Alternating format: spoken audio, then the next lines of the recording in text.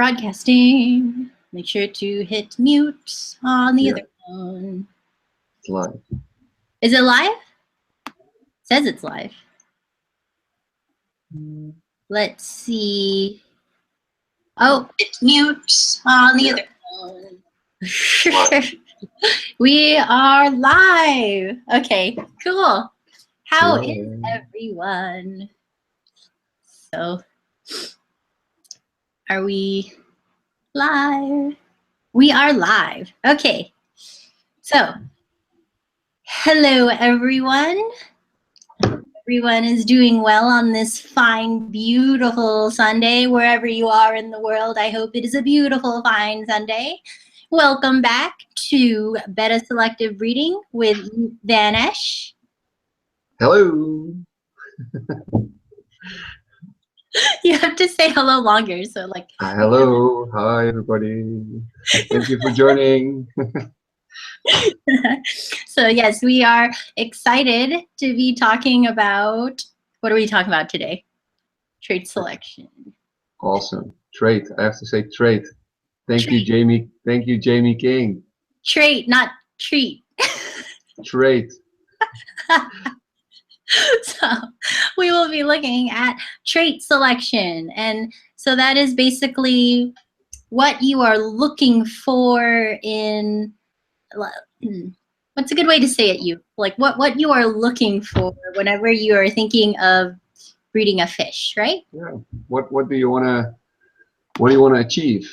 And what do you wanna fix in your lines? I think that's always an interesting subject, and how to get there, where to start, which fish to select. That's important. So trait selection, not treat selection. Great. That's going to be a running joke. Yeah. Just make fun of the Dutch guy. Huh? Treat selection. Well, you know, it's a treat whenever you have a great trait. So it kind of makes sense. Exactly. That's what I was That's what I was aiming at. Anyway, so this is obviously a ginormous topic. We have a lot to cover. And the main thing is that we wanted to get questions from you guys, because there are a gazillion different treats out there. And we can all talk about them. But what do you think are the main things to keep in mind when you are doing your trait selection? I have some, remember, our big main topics. Yeah.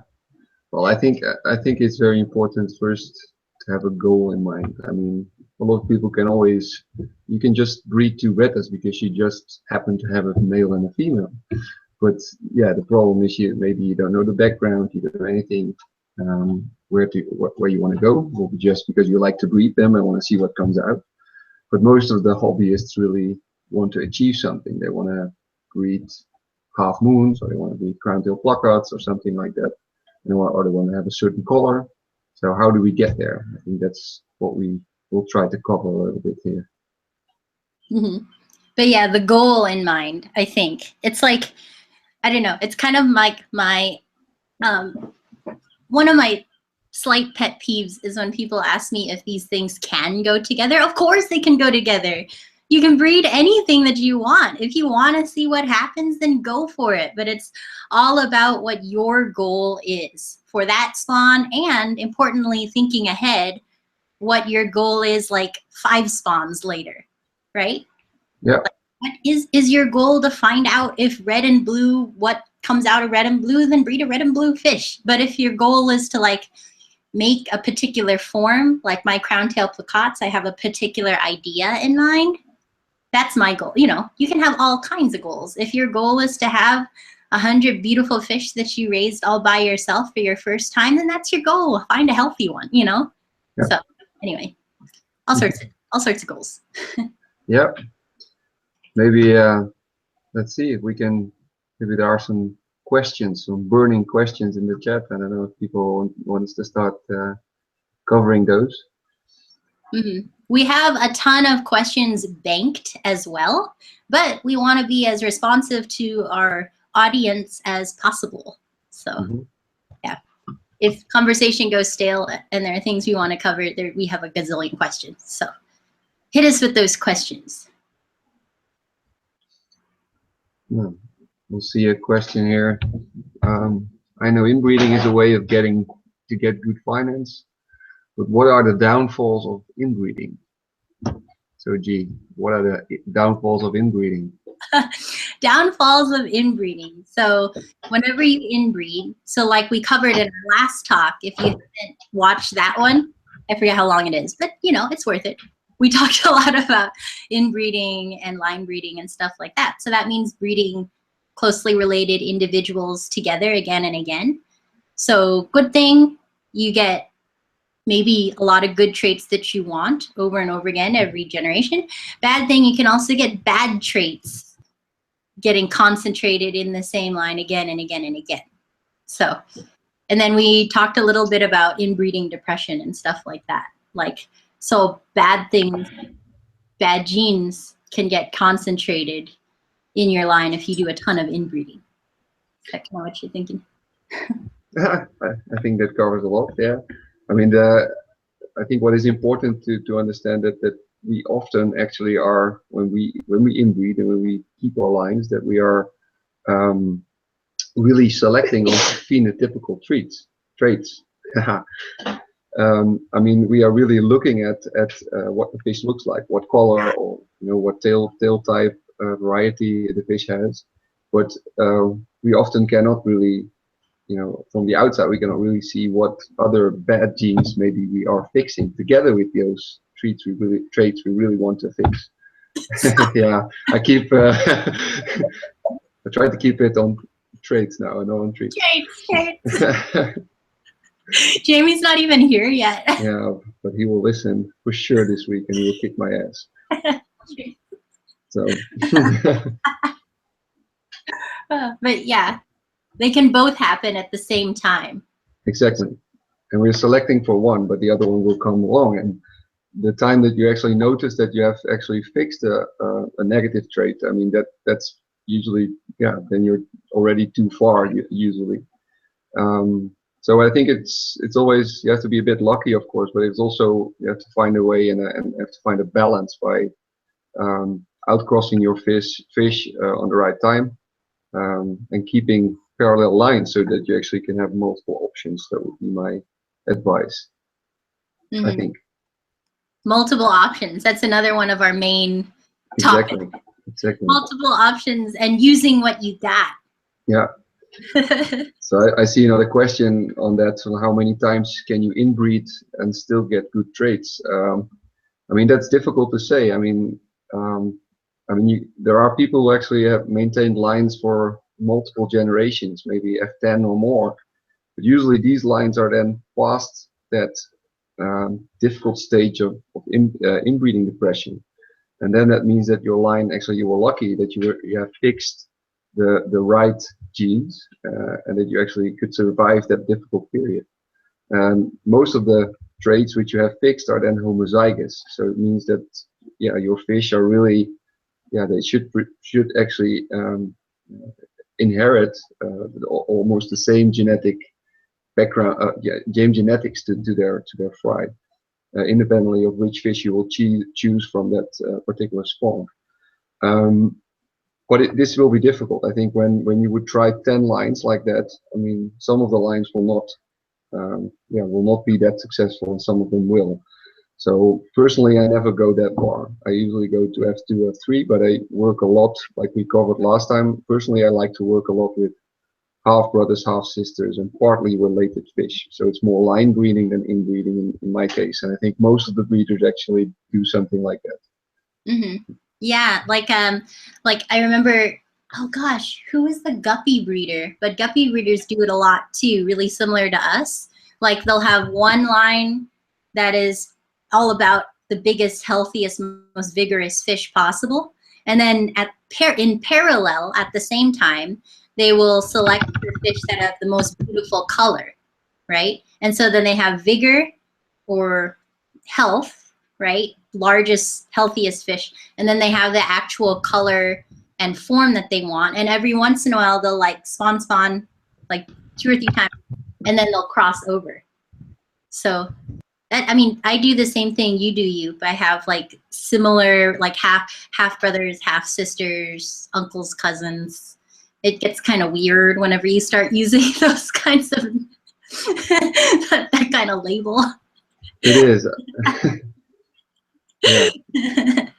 As long as we're not talking humans, that's that's fine. Yeah. Oh, and another main point that we should plug in right now, which we will plug in again and again, is documentation.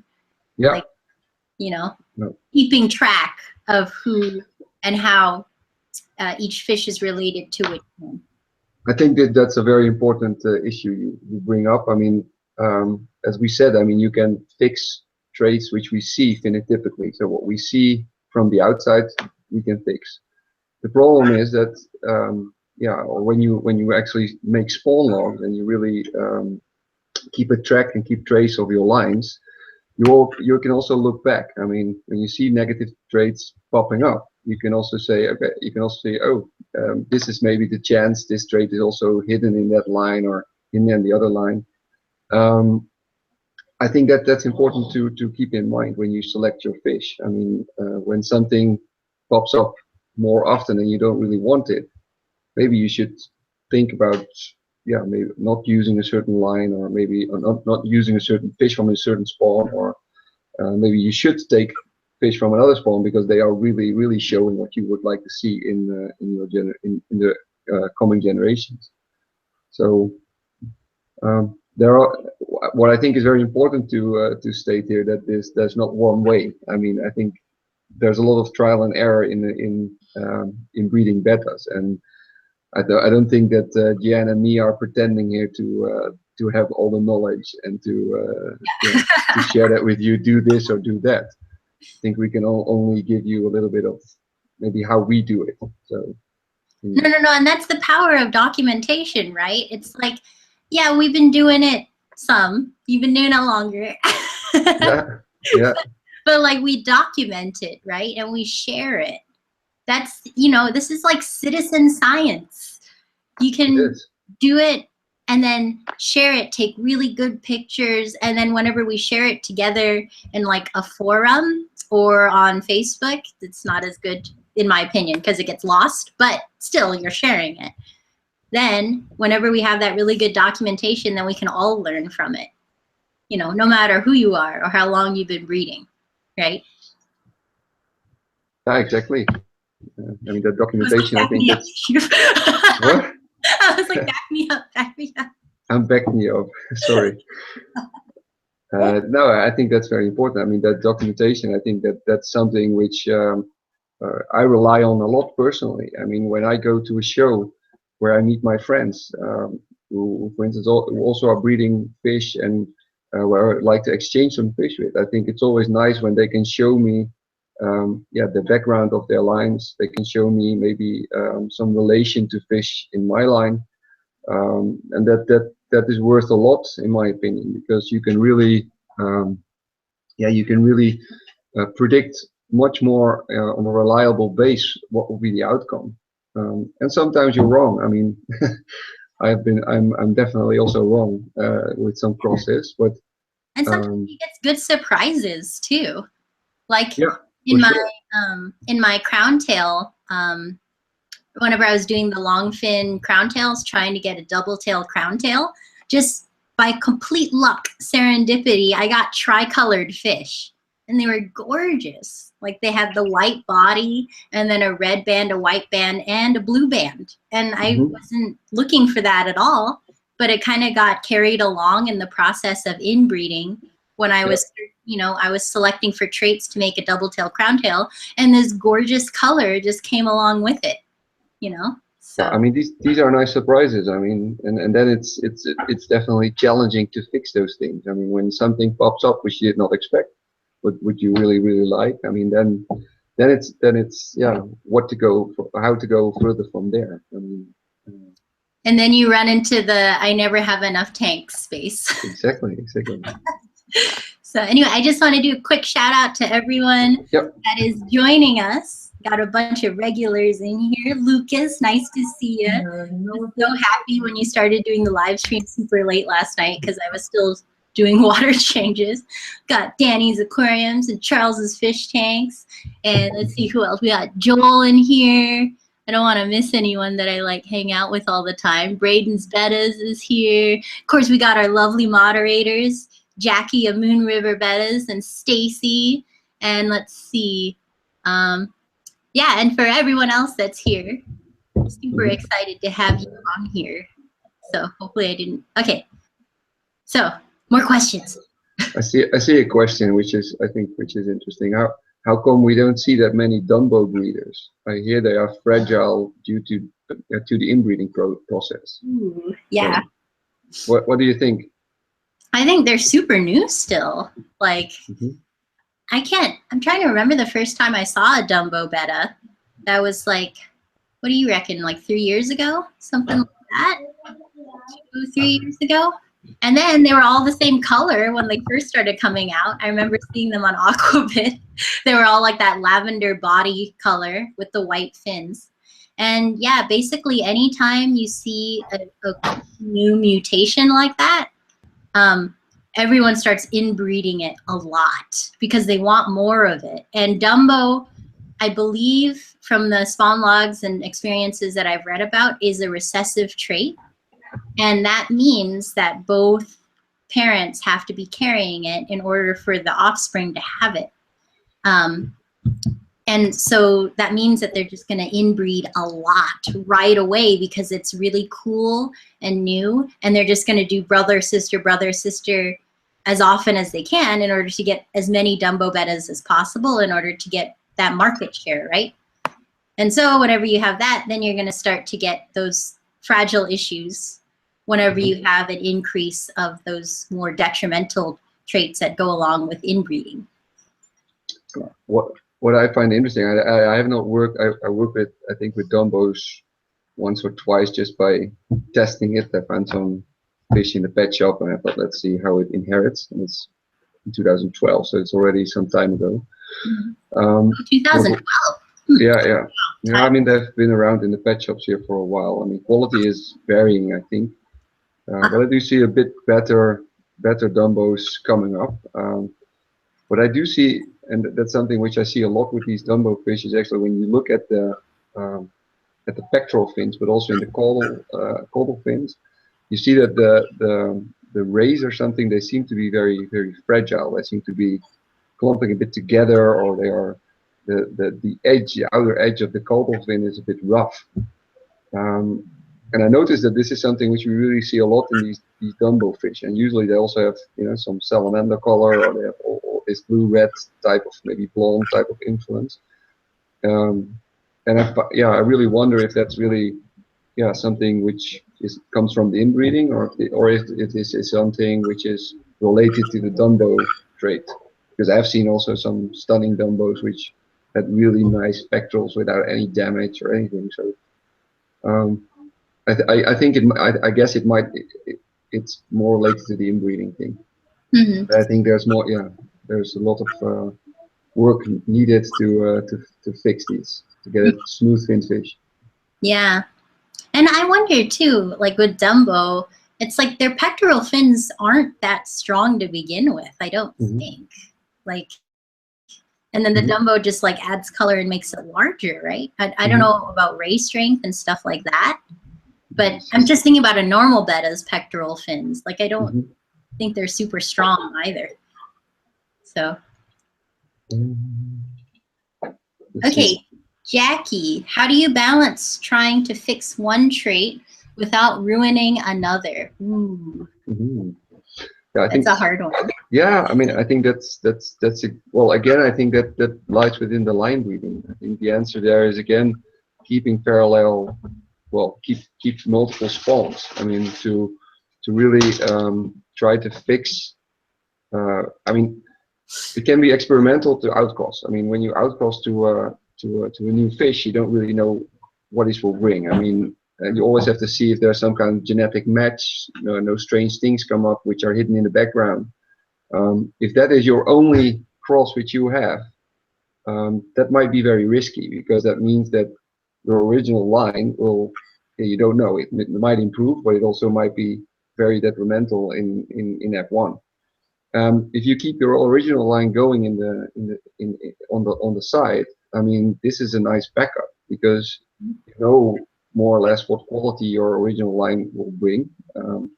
And the F1 can be either crossed with the sister for F2 or further, or you can actually cross them back into the original line to see if you can upgrade the original line by that trait you really want to see, like this dorsal which goes to the front when the fish is flaring, or this outer ray in the caudal fin, which is it has to be a bit longer to get these nice D-shaped caudal finnings. This is something which I would approach that way. But again, there are multiple ways of doing this. Yeah, I just bring to mind like the my crown tail placottes right now. I forgot to make a genealogical chart for this, but let me just quickly. So like if you look at my website, I have like CTPK form and CTPK color. And because when I started the line, I started with like 2 half brothers and then mated them to 2 different females that I thought would, you know, had the qualities or the building blocks. If I'm using one of your I love building blocks. The building blocks that I wanted, right? And so I had like 2 half brothers.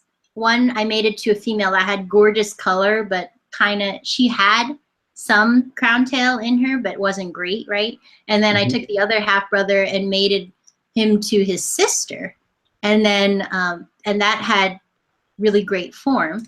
And so I had CTPK form and then CTPK color, and then I did 2 crosses of each, right? And then in the last one, I crossed them together to get the ones that looked really good. So, and then I'm gonna go out again and divide it into form and color again. It's kind of like this diagram, right? So you have like form, and then you have color, and then in the form I focused on several traits, and in the color I focused on several traits, and then I brought them together to get like the really good one. Oh, you gonna go out? Yeah. Okay. Bye. Bye. Love you. He had enough about selective traits. About Yeah. Well, I'm in the office. So. I understand. Anyway, it's hard to focus on everything at once. And sometimes you have to have 2 lines in order to focus, right? And then you can bring them together. So that's one way you can overcome that problem. I agree. I mean, I think it's important to keep your options open and to keep something on the back. I mean, if you, it should not be an all or nothing thing. I mean, that's really risky. I mean, you might ruin all the work which has been there, or actually dilute the work which has been there. I mean, genetically it might still be there, but it will be a challenge again to fix it when you just rely on one spawn and one outcross. Yeah. I mean, that's a problem with space, right? Like, I don't have a lot of space here, but so that's why I'm only working with one goal, which for me is like the perfect CTPK. I wish I could have like my reds and yellows or my long fin crown tails, but unless I want to give up all the others, which I could one day decide to get rid of all my other fish. You know, it's not off the table, but.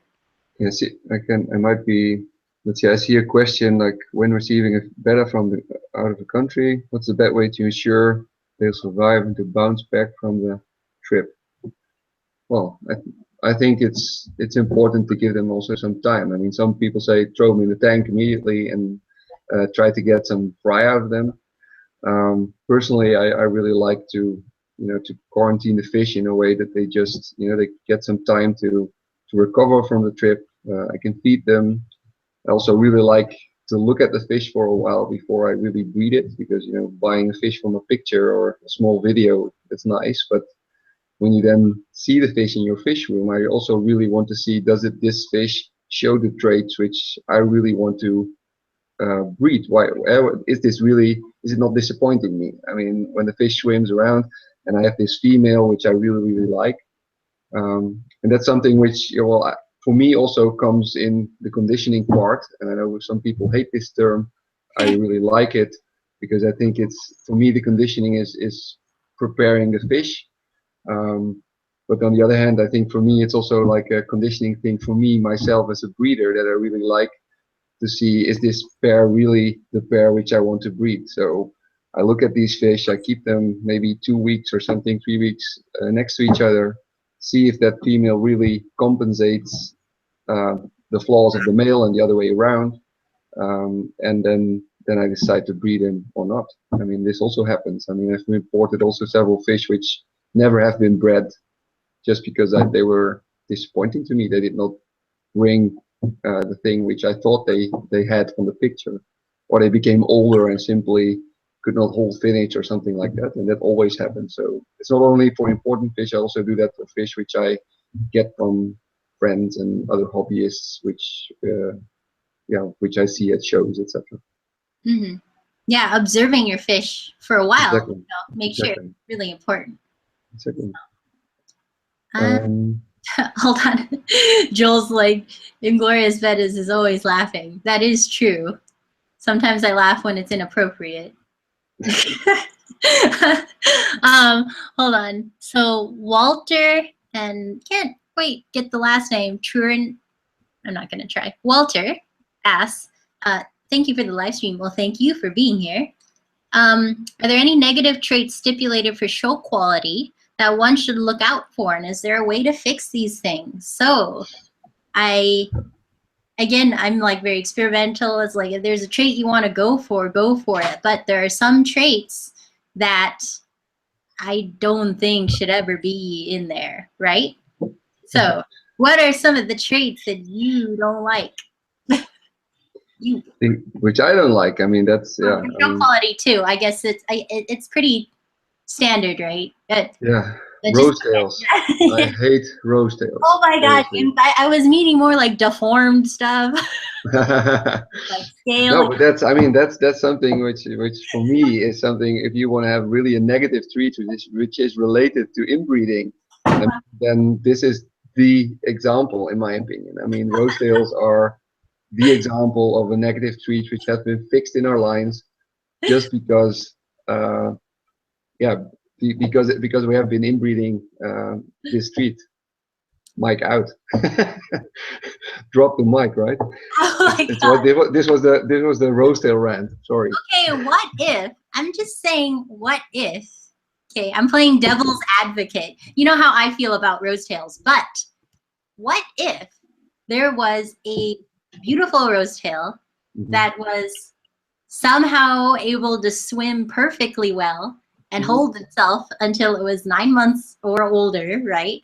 And it had the weird, like, I'm not sure if I can even draw it. Okay, so say it had like the weird starfish rose tail thing. Okay, but it was a perfectly healthy fish with smooth scales and was a very large fish. They are there. I mean, we talked about that last time as well. I mean, for me, it's no problem. I mean, if people like that and like to breed it, and it's further a healthy fish, it can swim, it can keep finish, fine. But for me, I think that, and I think in most of these cases, when you breed these fish, you also see a lot of negative traits popping up from this fish because there's more to it. I mean, phenotypically, that's one thing, but there is a lot of negative things also hidden in the background. Of course, with good selection and good breeding, I mean, I said that the last time as well, I think it might be possible to get nice balanced rose tails which do not have these bad scalings anymore and which are able to swim. Maybe in the future there even is a class for that, as long as they are not winning in half moon classes. That's the message which I got out last time. Classes, yeah. Because they're not half moons, and in my opinion. So.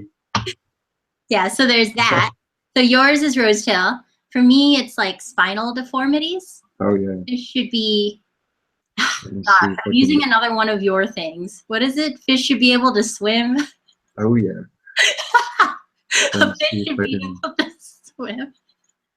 You know. So like a nice straight body from the top, from the side and the top. Like when you look at the top, there shouldn't be any big bends, right? No. And then what's another just universal Spoon heads. all show quality? Spoon head. Yeah. I would not breed those. Yes, exactly. These mouth, the dorsal top lines. The so smooth top, and then what's another one? Like for me, the spines are the biggest, and the ability to swim. Mm-hmm. You know, smooth, strong bodies that can swim like aggressive bettas are meant to swim. Mm-hmm. I think those are them. Oh, a big one though, and we can talk a little bit about this, about good traits getting carried along with bad traits, is cancer, right? Mm-hmm. Like those surface tumors. A lot of Mm-hmm. metallic fish get them, and there appears to definitely be a correlation with like the better metallic coverage, the more likely the fish could develop a tumor, right? So, you know, it's like, that's why I keep my fish, I don't breed them until they're like 8 or 9 months old, so that I can wait for if any tumors are going to develop. I definitely don't want to breed that fish. Right? Yeah, there seems to be a connection. I mean, with the iridescent layer. I mean, when I look in, well, non-iridescent fish, I mean, I think I never had any tumors or anything popping up in a red fish or something like that. But when I think about, after working with metallics and dragons, I did see sometimes that the fish, when they got older, that they get these outgrowths on the sides, on the scaling. And I think many people who have been working with metallics or dragons in the past have also experienced this in their spawns. Mm-hmm. I never had them until I worked with metallics. Exactly. So, you know, it's. However, also here, I think we have to be careful in the sense that we cannot say that all dragons or all metallics are just, giving this or carrying this, but there seems to be a higher chance of getting these problems, and I think that's something what we should be aware of that when we breed those fish, and as you already say, keep these fish for a longer time to see whether they develop such thing, and then if you have another option, I would prefer not to use the fish which shows the tumor.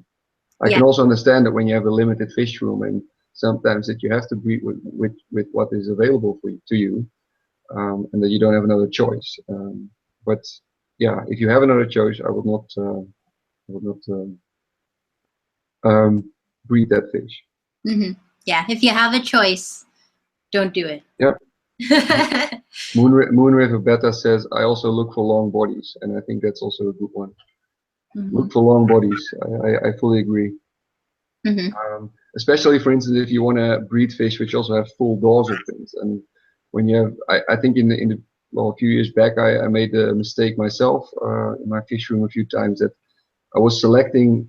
I'm not particularly a fan of double tails, but I do use the double tail trait in my lines to keep the dorsals with a broad base.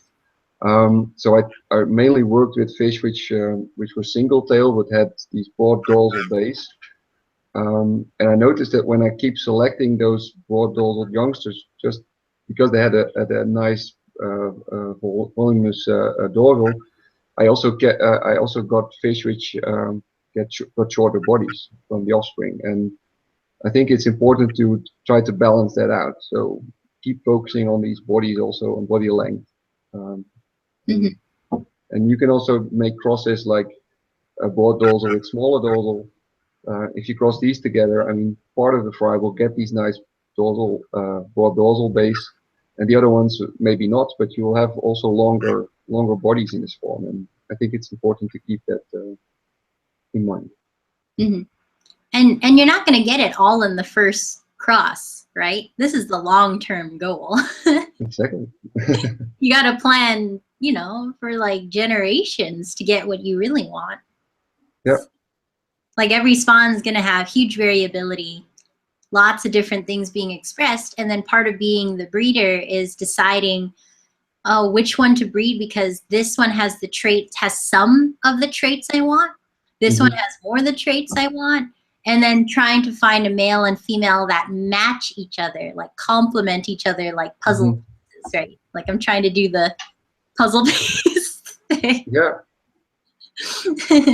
Well, I think that puzzle thing. I mean, yeah. Again, I think my term, which I like to use a lot, is building blocks. There. I mean, a lot of my fish, which I breed, or which I would like to spawn, they are actually not my show fish. Or most of the fish which I show are actually sold or given away at a show to other breeders. And a lot of fish which I have at home, and usually I have a fish which I really like because he has this long body, or because he has this nice smooth top line, or he has this uh, amazing finish part which I really would like to fix in my line. Um, and this is something which is also important. I mean, there are people who always breed the number one from the shows and get good results. There are also people who do it the other way. I mean, and we have to keep in mind that when you do line breeding, that in your line you have a lot of things fixed. A lot of traits are fixed. So it should not actually, when you have a good line, it should not really matter if you breed that showfish or the brother, because genetically a lot of these traits are actually fixed. And I think that's important. Maybe something to think about. If you bid $250 for a fish, maybe get the brother for $15. Because sometimes when it is a good line, you actually can get the same results from breeding that. But hey, if you want to spend the money, you're welcome. I never do it. But I'm Dutch, right? So that explains. You'd rather take a couple more generations. Exactly. Yeah. Yeah, good stuff. Citizen science sounds like a TV character. Yes, it does, Joel. There should be a citizen science TV character. Let's see. Oh, I think you. Oh my gosh, pick a question. Wait, Danny's asking why I'm always laughing, because I make him laugh too. I just laugh a lot. Like, not all the time. Like, when I'm teaching, I can be pretty serious, you know? Like, I think I've never yelled. I did yell once in class, and my students were, like, freaked out. That was pretty funny.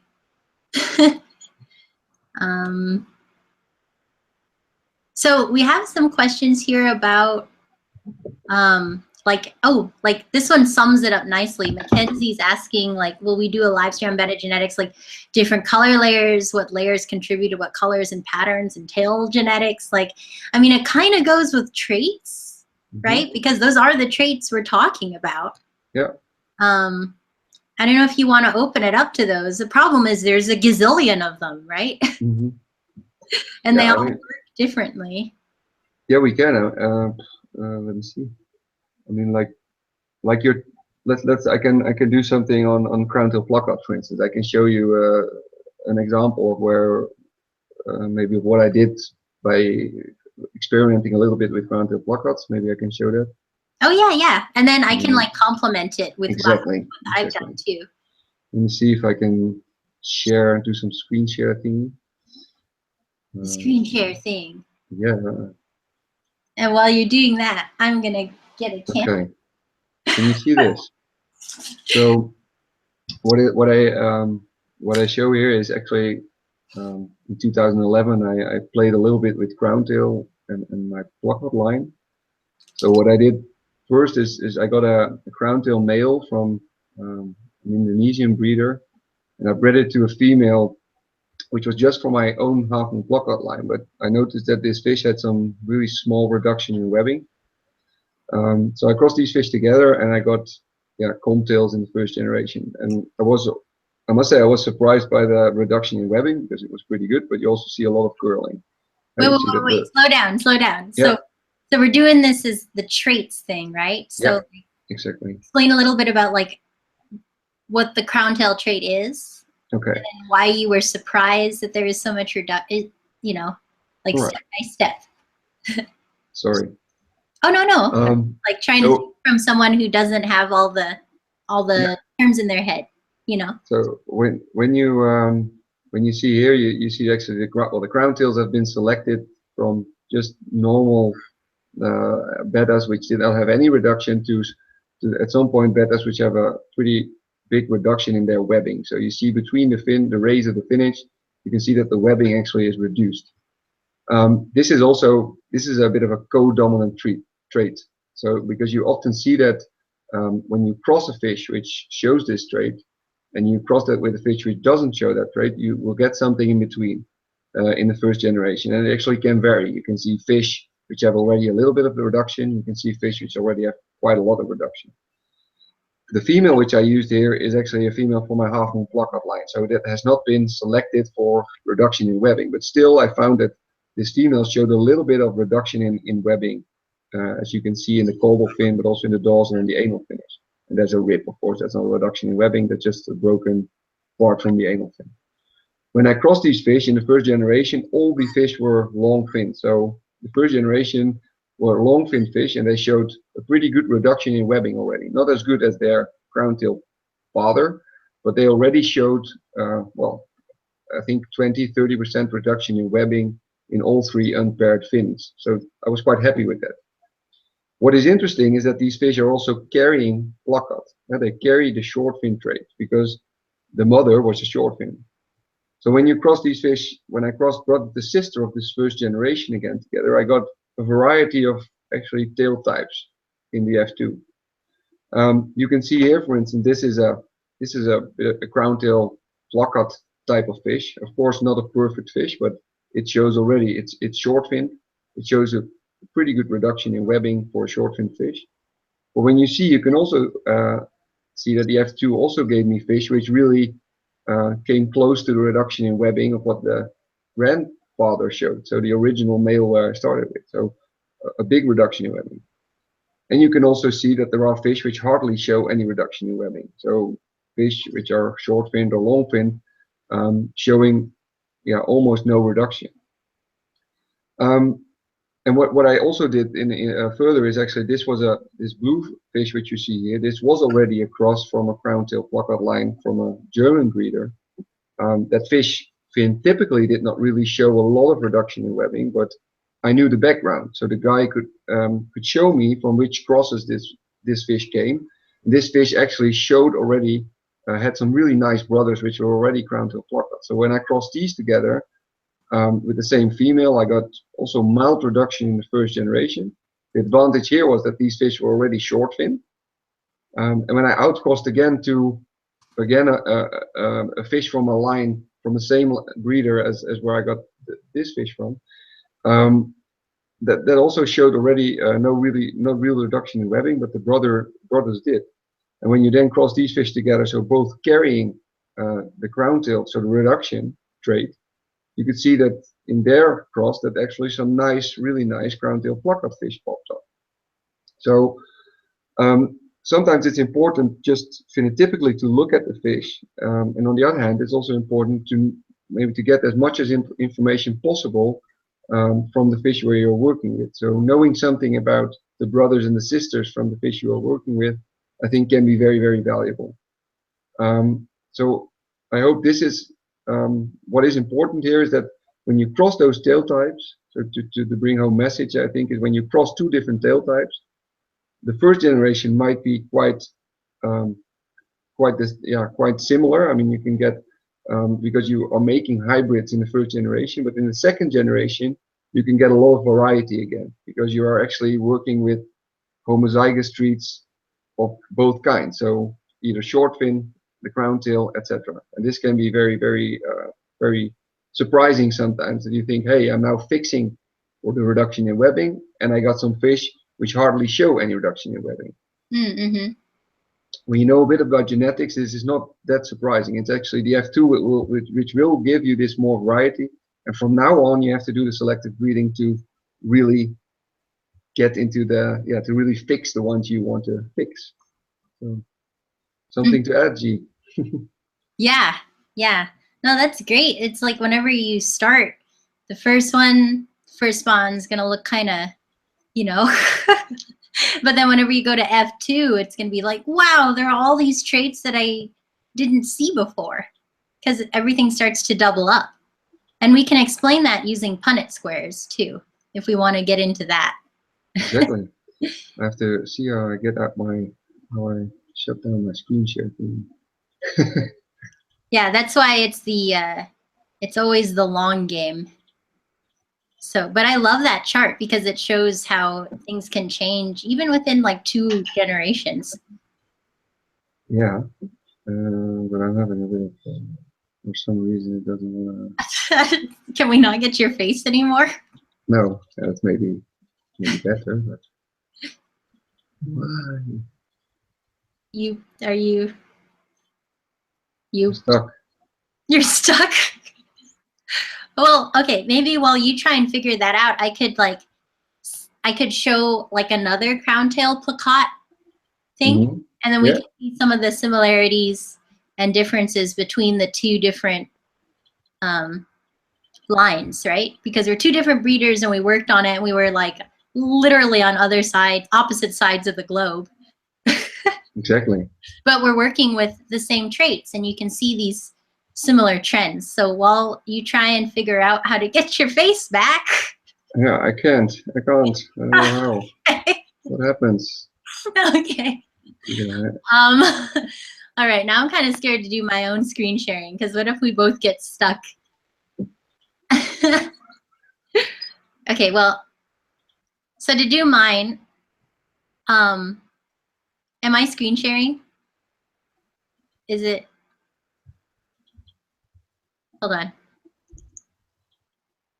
Oh, see, now you can see whenever. Okay, yes, I am screen sharing. Okay.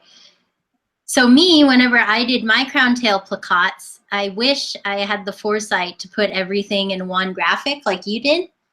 But if you go to my spawn logs, just on my website, my crown tail placats, so like this is how they started, right? There's Jamie. Jamie's still not here.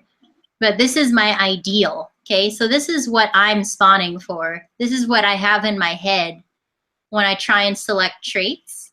I imagine a gorgeous long-bodied fish with this smooth top line. Okay, I just love this fish. I look at this picture every once in a while to like, you know, invigorate myself when things are looking down, right? So I'm looking for this nice big, what is like a half moon caudal, okay, with the really long outer rays, okay, good webbing reduction. You can see that it's even along all 3 of the unpaired fins, okay, and nice broad dorsal, all the fins are touching, okay. The anal is not too long, it's short, it could be even shorter, but you have like this gorgeous symmetrical outline. And then the color, I want it to be like this metallic even coverage over the head, but I want it to be that color. I want it to be bright turquoise. I like copper, but so this is an example of my ideal, right? And so whenever I'm working with these fish, this is what I have in my head, okay? And so I went to Germany to judge at the International Betta Congress show. That was super, super awesome. That's where I got to meet you for the first time. Yay! You're still not back. No, I cannot get it off. Okay, maybe I can kick you off the stream and then you can come back. Yeah, let's try that because I cannot do anything. I cannot go backward and forward. Sorry. Okay. I'm kicking you off. Okay. All right. Wait, I don't know if I eject you if I can get you back. I don't know either. Okay, can you just leave the stream? I can. Let me give it a try. How do I do it? Yeah. Okay. Okay, well, you has the link, so he'll be back with us soon. I'll just go through this really quick. So anyway, I have this ideal, right? And then I went to Germany and I brought back some awesome fish that I'd been keeping track of across the world. Okay, so these are some of the fish that I brought back. So I brought back, oh, this is the mother of these 2. Okay, and these are Jamie King's fish. He's a breeder in the Czech Republic. He's also really good friends with Joep. So I brought this one back and this one, and then this female from Gaston Tomai. So those were my starting fish, okay? And if we go over to, these are the spawns I've done so far. So the first one that I did, I have, Jamie gave me pictures of the, of his crown tail placats. This is the sire and dam of this male. Hey, you're back. I'm back. Yeah. Sorry. Oh my goodness. Sorry. Glad you're back. I could join again with the link. Oh my goodness. Cool. But I'm just going over it. I'm trying to go quickly, but you can see that in Jamie's fish here, some of the things that I had to look out for, right, is this super, super long anal, because he had to use a long fin crown tail to get that crown tail trait into the beginning of this crown tail placat line, which of course is like the short fin crown tail. So the female looks great, okay, but the male has really, really long anal, and you can see that in the sun, okay? And also the webbing reduction isn't as great here. The female I brought back, bred by Gaston, gorgeous. I love her color. Like, this is why I brought her, is because of her color. You can see her webbing reduction wasn't great. However, you can see she has this gorgeous color. I was a little worried about her eyes. They never got covered up. Sometimes metallic fish will get coverage over their eye. And you can see there's a tiny bit of it there, but it never got worse than that, okay? But anyway, so these are the fry, or the juveniles that came out of that spawn, and you can see that the anals are still a little long, but the color is what was amazing, okay? So the female gave that gorgeous, gorgeous color. And so I kept that one as completely separate. You can see I have CTPK color, and then I did it again here. So these are those two that I bred. These are brothers and sisters now. This is a brother. The anal's still long, and the webbing reduction isn't great, but the color's pretty good. No red wash. No red wash here. Gorgeous female. I think this is the one that went to Stacy, actually. Stacy's mom. Great form. Huh? Great form on the body. Yeah. Yeah. Yeah, she had a gorgeous top line, and she complemented the male too. You know, the male has a pretty good, a little bit of a dip here. Yeah. But I was kind of selecting for both the form on the body and the color at the same time. Okay. So I did that a couple of times, right? A couple of brothers and sisters of the color. The form, so here again, here's the half brother to the one that started the color line, okay? And I bred this one to a sister, okay? This is actually the mother of the sister. I didn't take a picture of the actual sister. You can see these are extremely different than what the half-brother did with that essentially outcross, right? This was a brother-sister spawn out of Jamie's line. You can see the color. I like marble coppers. They're okay, but I really want that really deep turquoise. But here, what I was going for is, look at this super broad dorsal on this one, right? And then pretty good webbing reduction. And then one thing I look for, one trait that I really like in crown tail placats is like only a single ray. What is that called? It's only one primary ray division. Well, I think this is actually isn't it? I think it is a double, right? It is a primary branching, right? Yeah, it's just a primary ray. Yeah. There's nothing further than that. So it has like a really nice clean look. Okay, but the bodies aren't as good on this side, right? But I just did that a couple of times. Okay. And then you can see here's a brother-sister spawn that I did. I selected her because she had the broad dorsal to complement his. Caudal needs work, but the webbing reduction is quite good, right? And so on this one, I was focusing on webbing reduction. And these are the ones I got. And then finally, I put them together in a combo spawn. Oh, this is the one that failed. Sometimes spawn fail. Okay, this is the one I just did. So I'm combining. Oh, wait, no.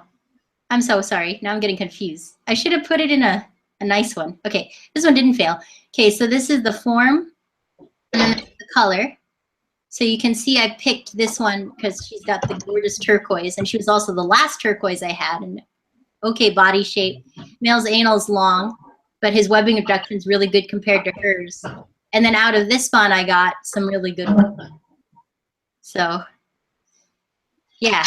I think with the with the low of the crown of placats, I think one of the things you see now is that the anals might be long because of these crosses. But I think one point also to pay attention of with these ground tail placats is actually the caudal size. So when you look at dimensions, I think often the ground tail placats run a risk that the caudal fins become too small. So I mean ray length, and then especially the outer ray. So I think it's also important to keep focus on that. It's all a balancing act. Like every exactly. Because balancing act. I mean, we've seen the similar problems, I think, with half moon placats in the past. I mean, we look at half moon placats, they also came from, from outcrossing placat to half moon. The first half moon placats, they also showed this long anal finish, and yet they had to be balanced. We had to do many crosses to keep those balanced anal finish. And I think that's what you see now also with the ground tail placats. It's a matter of time. I mean, we see quite a lot of people here in Europe working on these ground tail placats, and they have been improving. I mean, the quality of these fish has become better and better, and I think that's really nice. I mean, I think they're a great addition to our hobby and to our shows, what we do. So. Yeah, it's all just trying to keep everything balanced. Oh my goodness, we're so behind on the live stream. Are there any more questions? Let's see what we can cover. Okay, let's see. Did you have any double-tail crown tail placat offspring, Gianne? Oh, I did. I've had 4 so far, and I like them. But here, if we go back, I'll show you why I'm not pursuing it right now. In the future, I want to pursue it, but my goal right now is that ideal picture I have in my head. And it's kind of like a side project, but I'm not selecting fish specifically for developing the double tail crown tail placat, and I'll show you why. But it's definitely on my mind. Like, I would love to have those guys. Okay, so here, like if you look at this guy, he's cool. He's got this super broad dorsal, okay? But you can see like the early ones, these guys that I'm not specifically breeding for double tail crown tail placat, we're running into that problem that you brought up, Joep, about the caudals not being large enough. You can see it's quite a bit smaller. This should be like double the size, and then the lobes are uneven. So one big problem with double tail is that the lobes are, one is smaller than the other, okay? And then the split isn't all the way to the caudal peduncle.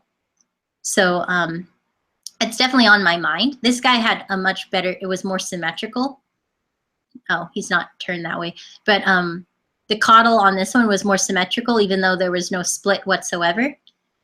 And the dorsal is approaching the length of the anal, but you can just see it's really unbalanced, and I want to focus on the single tail version first. And I want the single tail crown tail placats to have a really nice broad dorsal. But there's just too many fish to fry, right? I think so, but I think you can do actually both. I mean, when you work on these broad raised dorsals, I mean, I think you can actually, you will get a degree of double tail placat crown tail offspring as well. I mean, there's a good chance that these fish will pop up anyway. And I noticed myself that when you keep focusing on these broad dorsals, also that the fish, the double tails which I get in my placat spawns, that they actually get much better equal lobes actually in the double tail lobes. They're much better distributed sometimes when I keep selecting on with the single tails. So it's, I don't know, maybe it's just luck, but they seem to pop up and they seem to be quite equally distributed. Yeah. So I think like that's one of those really nice side goals that'll happen. Yeah. As you're selecting for like the broad dorsal, nice looking ones on the single tail, it'll just happen in the double tail part. So that's what I hope. Anyway, I see a nice question here from Demetrius. He says you can Can you remove red wash by crossing to yellow? Or is it better to do it by selecting related fish with less and less red wash? Ooh, red Um, wash. I Ooh. think that's an interesting one. Crossing to yellow, personally, I would not do.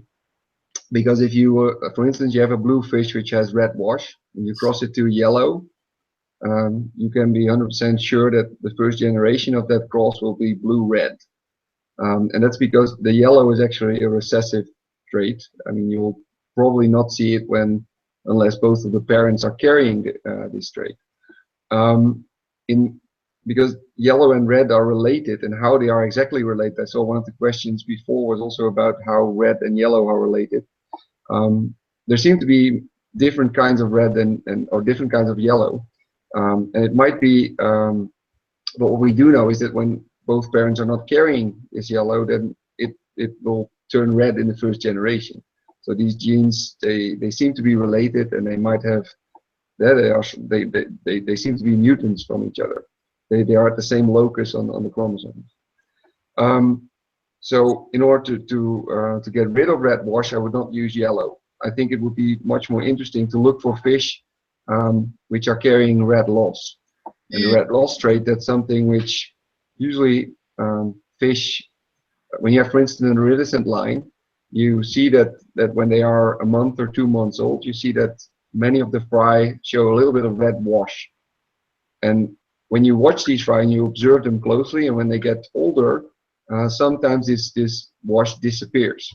It disappears when they get older, and that's an interesting trait. You want to have that. You want to have that fixed into your line, because if you are looking for solid blues, you want to have that red loss fixed, because it can actually remove the red wash when the fish matures. Sometimes you see when the fish get really old that the red wash pops up a little bit again. But personally, I look for these kind of traits to get rid of the red wash, and then it's a matter of selective breeding. But yeah, I think it's red wash is quite easy to fix when you have this red loss trait ready in your fish room to outcross with. Mm-hmm. Yeah. Oh. What do you think? What do you think about red wash? Oh yeah. So I'm really lucky because my crown-tail picots do have red loss in them. It just kind of happened. Thank goodness. But that's what the second spawn is going to be like for me. Like the spawn that I just did that's growing up in the back there, both the fish had red wash, but they also had other traits that I want to pass on really strongly. But the next one, the male is going to have that red loss trait. So definitely, if you find it, preserve it if you can. Yeah, I'm looking if I can find. In a second, let's see if I can show you something about how you can spot red wash or the red loss trait. Let's see if I can. Yeah, it's kind of cool. Like if your fish are marbling or have marble and they also have red loss, they'll just like, the pigment just falls off of them. They turn into like ghost fish. Let me check. Okay, sorry, let's we're see. like I can show you. I can show you something. Is that okay? Is there still? I can show you some examples of. Yeah, I would rather us like get way in depth on the topic and like do it justice instead of like say something real quick and pass over it. Yeah. I'm gonna do.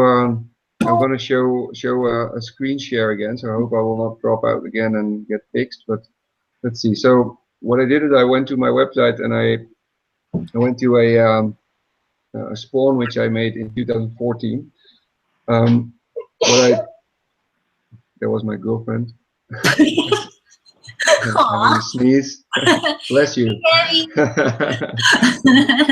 So I'm screen sharing. So what you see here, I crossed. This was actually in 2014. I crossed a bit of a steel blue female, which was blonde base, so a little bit lighter in steel blue color, with a royal blue male, which I got from Ivan Bettas from Singapore. A black-head male, so non-metallic. I crossed these fish together, and I got I got a metallic steel blue male offspring and a female which was almost metallic blue. But the male at the base also shows a little bit of red wash, as you can see here. When you look at the offspring of this cross, so this was an F2, you can actually see that there is a variety of colors. You can see fish which show a lot of red, as you can see here, and you have fish which hardly show any red. But you do see that these are blonde, so they are a bit of diluted body color. When you look then at the offspring, these are brothers. So it's an F2 again, what I said before. I mean, sometimes you see way more variation in the offspring. That's what you see here. You see fish which have a lot of red, and you see fish which does not show any red. And this is interesting because these fish which do not show red, I mean, they might have this red loss trait where you want to work with. Here you also see a female which actually was reserved best of show in the IBC, European IBC convention in 2015. And you also see that this fish is not showing any red, despite of the brother being almost being very red. What I did is one of this, and you can see here again the line breeding part back. You can see here this is the male which I just showed, which did not show any red. I crossed it with a blue female, and that blue female had a background which was actually quite overlapping with that of the male, because the mother of the female was actually a sister of the parents of the male. So this royal blue female is a sister to these two. When you then go to the offspring, here you can see that there are fish which do not show any red. So they're likely to carry that loss. But then suddenly some of the brothers, they show this red again. So that means that that's a selection from there. I mean, you have to select to get further, and to in this case, I don't want to see the red wash. But on the other hand, when I have a female or a male with finish like that, I am not hesitant to breed this fish to my line, because the red wash is something which I can get out easily by just selective breeding, and because I have some more options. Here another, so this is then a second generation. So I took this male and this female from the cross I just showed you, and there you can see again, well, you see the fry, but you can see, for instance, in this fry that it has a little bit of red in the ventral fins. You can also see in the anal fin. I hope you can see it, and in the caudal, but there is a little bit of red in the base of this fish. Of course, I do not know exactly which that one was when I jarred it, but I do know that some of these fish are actually losing it, and some of the fish will just keep showing it. As you see here, I see fish with red wash, and in some way it's actually a nice pattern. Sometimes when you see it really in all three unpaired fins. But you can see also that there are fish there which completely have lost the red wash and which are not showing any of the red. And from there again, it's a matter of selection. I mean, this fish which you see here with the red is actually the same fish as what you see here, and you see that the red is still there. In this fish, the red is not there. So it's a bit of depending which direction you want to go. But I do know that the fish which do not show any red in this spawn, that these fish can be also used to get rid of the red. If I would cross it to a female which does show a little bit of red. So observing your spawns can be very valuable there to get to learn more about this. So I hope this answers a little bit the question, and let's see if I can drop the screen share thing again. Without losing you. Without getting out. Hey. Yay, it worked that time. Oh yeah, I'm back. So I hope, yeah. So I hope that helped a little bit with the red thing. Yeah, I'm like trying to look like I saw a similar thing. So these are they non-iridescent fish? No, some are iridescent. I'm trying to. Which ones? I'm trying to see in my in all the fish that I've bred, if I had a similar thing, like the blonde non-red, or sorry, the blonde red loss thing. In my CTPKs, if you guys look at the video of which male to select, male 3 had red loss, he had none of that. I don't know why I can't make this look nicer, but here, if we go way back to my long tail, crown tail, double tail project, let's see. This is ancient, and I don't know why I can't make it look nicer, but you can kind of just get a sense for the color. There's a version somewhere on the internet where you can see it a lot better. But anyway, you can see that, you know, a lot of red here, and then just like I would say about half of each spawn just were completely lacking in red. And it didn't have anything to do with yellow. It just like, yeah, you can see here, like this is the really pretty tri-band color I talked about like earlier in the stream. It was just a happy coincidence. And I got like a lot of these, actually. It was such a pretty color, this butterfly patterning. So butterfly is whenever you have bands of color along the unpaired fins. But yeah, it's just, and this male was completely devoid of red, okay, compared to some of the brothers and sisters like this one. So it's an interesting gene to play with, and it just pops up. So I know, I was just trying to share something too, I guess. Yeah, you did great. You know, that it's not just in the iridescent placottes, but like you saw it in that one too. Yeah, I think, yeah, I do, but I think this is something, it's just observation. I mean, that's something which I think we cannot keep saying enough. I mean, this is something which goes hand in hand, I think, with breeding these beauties. I mean, you have to really look at the fish and try to find out what is how they develop, and some of the things which you notice during that time, you can use it for further breeding. I'm actually looking at my website because I saw a question like, Inglorious and you, could you put on your judging hats and talk about some of these traits in breeding choices? And I think that's a very interesting one. Hey, that could be another live stream though. We could have like, sorry, I just thought about this. How about, sorry, that's what it looks like when an idea gets in my head, apparently. We could have people send in pictures, and then we could judge them live. Yeah, that might be cool. Yeah, what do you think? That'd be fun. It might be fun, yeah, for sure. Yeah. You could have like not like an online show. That would be, I tried to run one of those once and that was terrible. I'm not doing online shows. Yeah, but like a judging critique. Yeah. Like that might be fun. That would be fun. People could send in pictures. So yeah, picture show, not like Jackie say, yay, Stacey. Unless your fish suck. Well, we can start with our fish. I will pick my suckiest fish. You know. Okay. I will show you something. I will see if I can find something to show. I will do a screen share again. Let's see. Right. Screen share button on. You see me? You see my share? Yeah. So what I actually what I have here is a spawn which I did in 2015. This is a female, a steel. No, this is wrong. This is of course a steel blue female. So this is not royal blue. But sorry, I have to change that. Well, you see, this is a steel blue female. And this came actually from the cross which I just showed you when we were talking about red losting. I crossed this fish with a male which I got from my friend Gianne from Italy. And this was a royal blue, well, black lace male.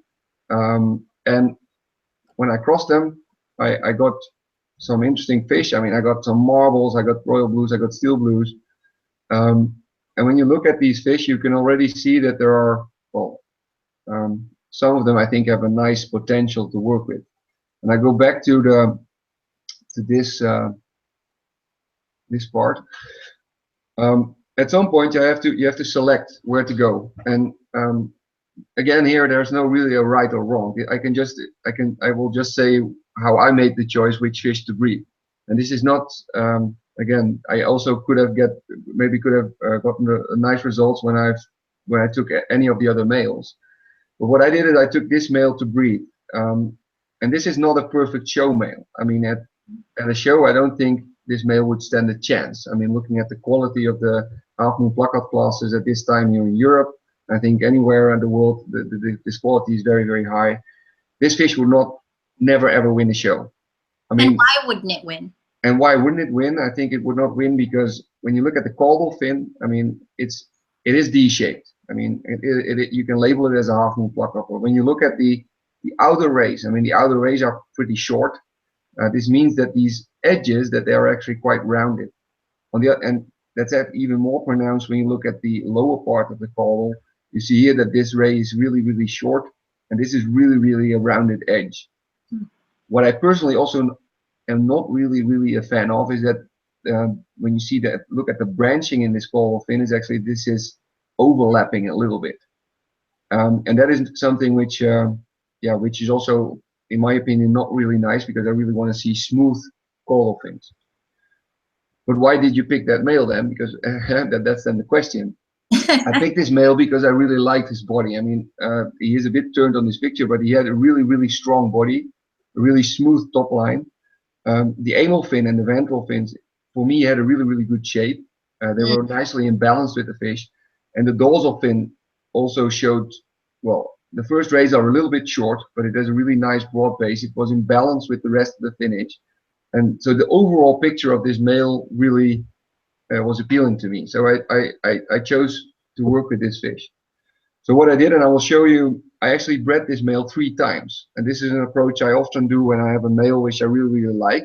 I try to breed it to 3 different, or 2 or 3, several different females, just to see what it brings. And the advantages of this approach is actually that you really get a long of, that you actually get more options to work with.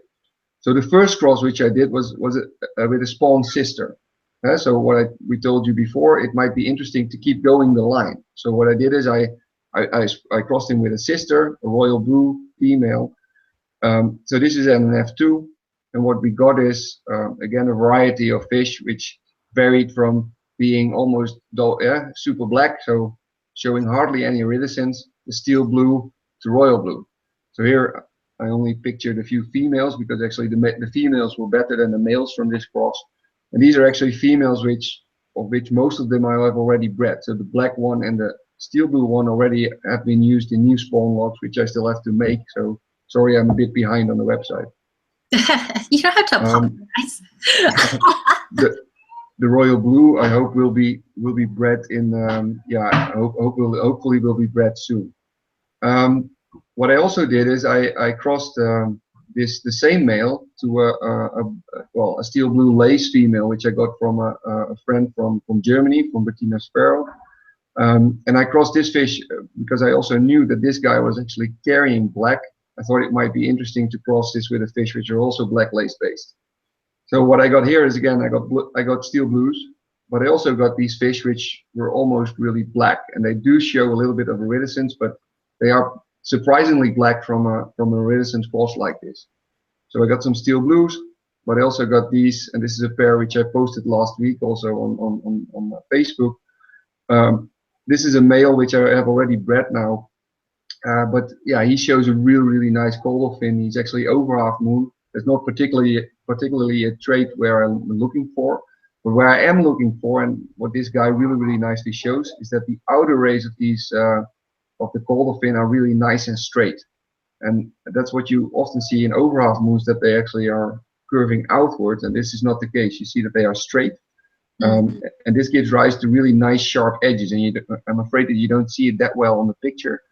And his finnage are very smooth. It's very smooth. What I also like is that when you look at his dorsal fin, it's directed forward. And what is important here is this first ray. This is really nicely long, and that's something what I really want to see in my fish. That the dorsal fin, is often people refer to this as a skyhawk dorsal. In these, I think Stephen Bellis used that term some time ago.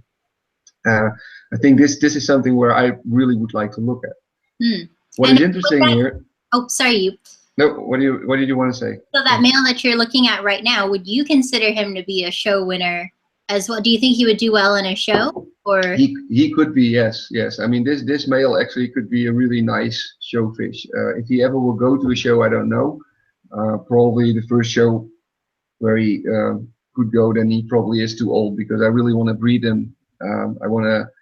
I already bred this guy to the female here. So this is actually a half sister because they share the same father. And I already crossed them with this female, and there are already some fry swimming from a month old. Maybe I will cross him now also to this sister, and this is something which I have to decide in the coming months. So they are now sitting next to each other, and I will just decide what to do in a few weeks if I will make that cross. What I also did is I also made, so I used the same male another time, and I crossed it to a steel blue female, also from my own line. And these fry are still growing up, but the first male I jarred already some time ago now, and so yeah, I think it has quite a good potential, and they still need to grow. But as you can see also here, you see that the first ray of the dorsal fin is nicely long and nicely directed forward. You can already see that the caudal fin has a nice spread.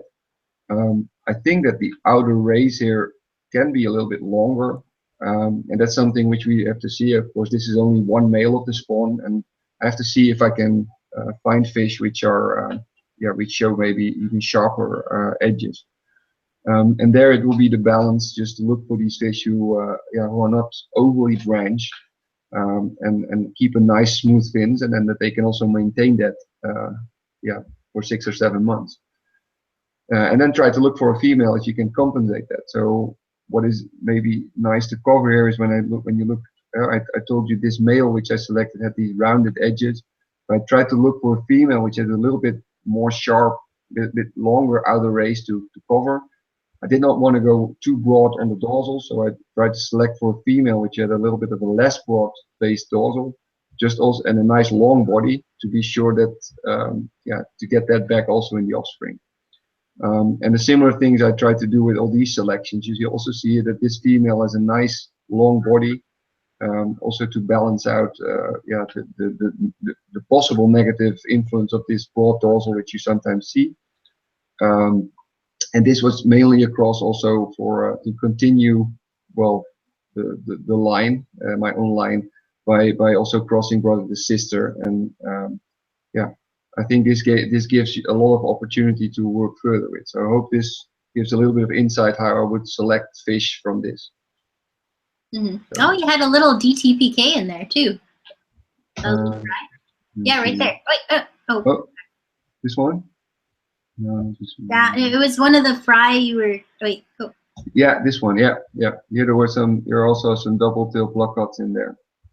I must say that these fish did not grow out that nice. I mean, they look pretty good here, but the things which you said also in the beginning is that some of these fish, the peduncle, for instance, is a bit curved or something like it when you look from above. And this is also what happened to these fish. So they did not even make the jarring process. So I also look strongly for that, because I want to have straight spines, and that's something which can always pop up. So yeah. Mm-hmm.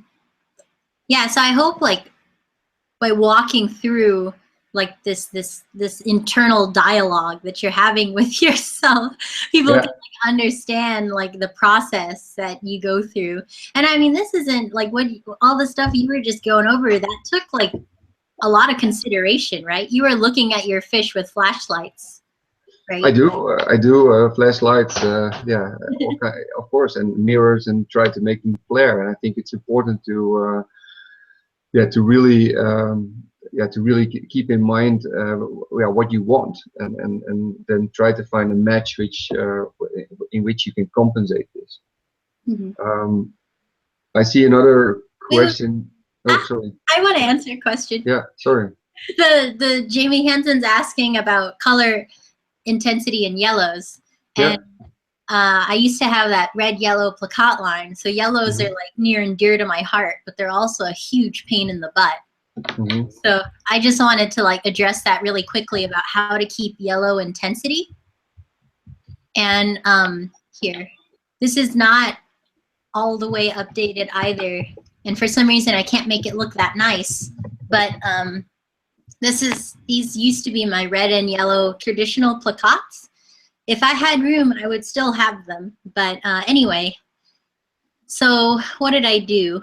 You can see that the one that I started with a red female. I was bred by Sig and Judy Illig. They're really big here in the US. They have some nice fish, and they're also wonderful, wonderful people, wonderful breeders.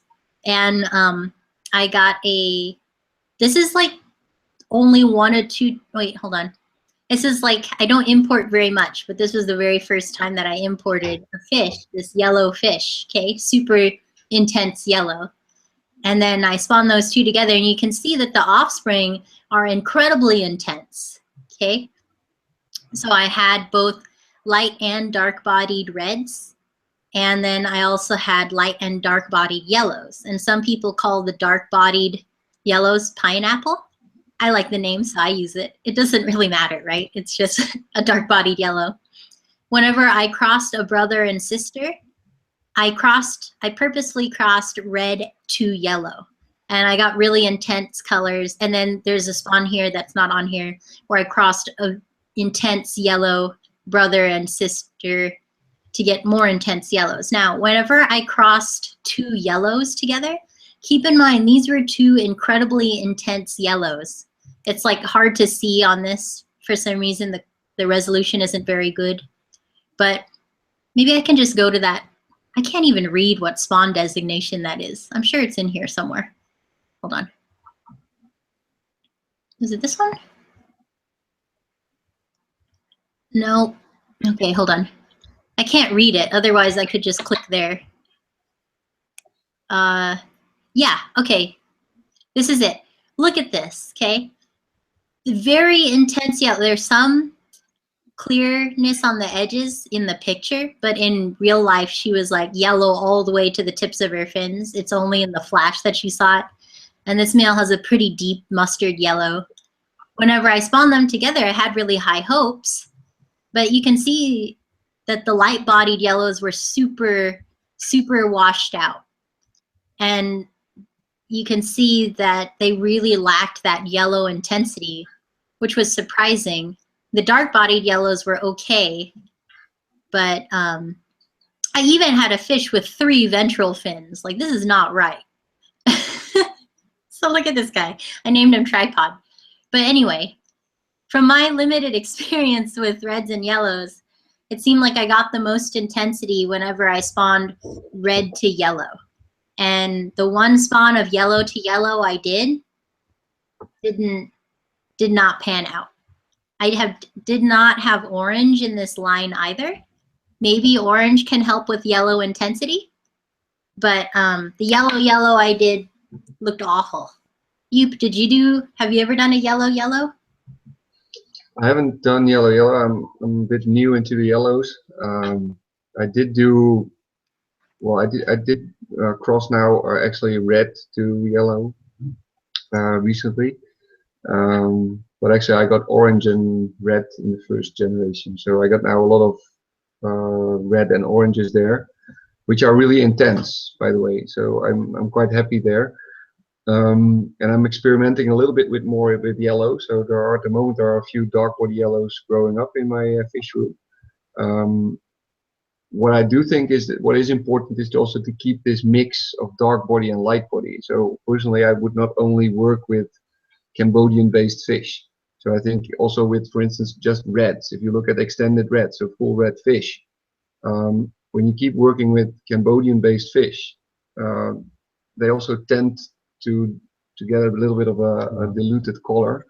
And I think this is also true when you work with orange and yellow. I think it is important that you keep a mix of dark-bodied fish, so with underlying black scales, and light-bodied fish. And it's a bit of a matter of taste. Of course, the black scaling would not do that well in the show, but the light-bodied fish which you can get from these kind of spawns, they can maybe have a better intensity.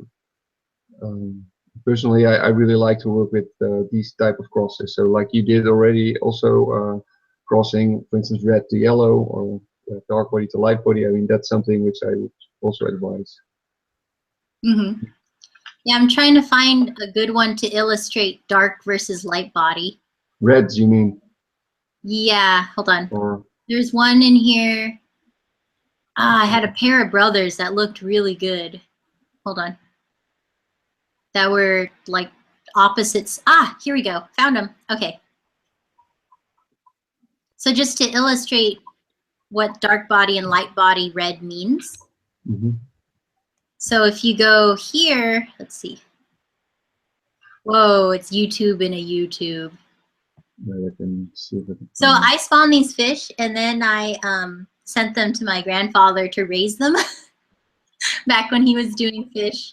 And his fish were like twice as big as mine at the same age. That's why it says raised by my grandfather. I hope he's watching. But anyway, you can see that the body is, it's certainly red. This fish was screaming red in real life. And he has this weird yellow patch too, which I've very rarely seen. But anyway, you can see that he's just red. Whereas this fish over here, this is a brother. This is the dark body that you see.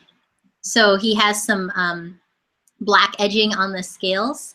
And I have pictures somewhere where I took extreme macro footage of this. And you can just see that there's a very distinct black edge to each fin or to each scale on the body. And you can see this is actually echoed on the fin edge as well. It's black, trimmed in black, whereas this one has none of that. And so having both in the same spawn can help keep the intensity up on these guys. Yeah, you can see that already very when they are very young, huh? So you can already see what is dark and light body when you look at the fry when they are, yeah, I think when they are 1 centimeter or earlier, you can already see what will become what.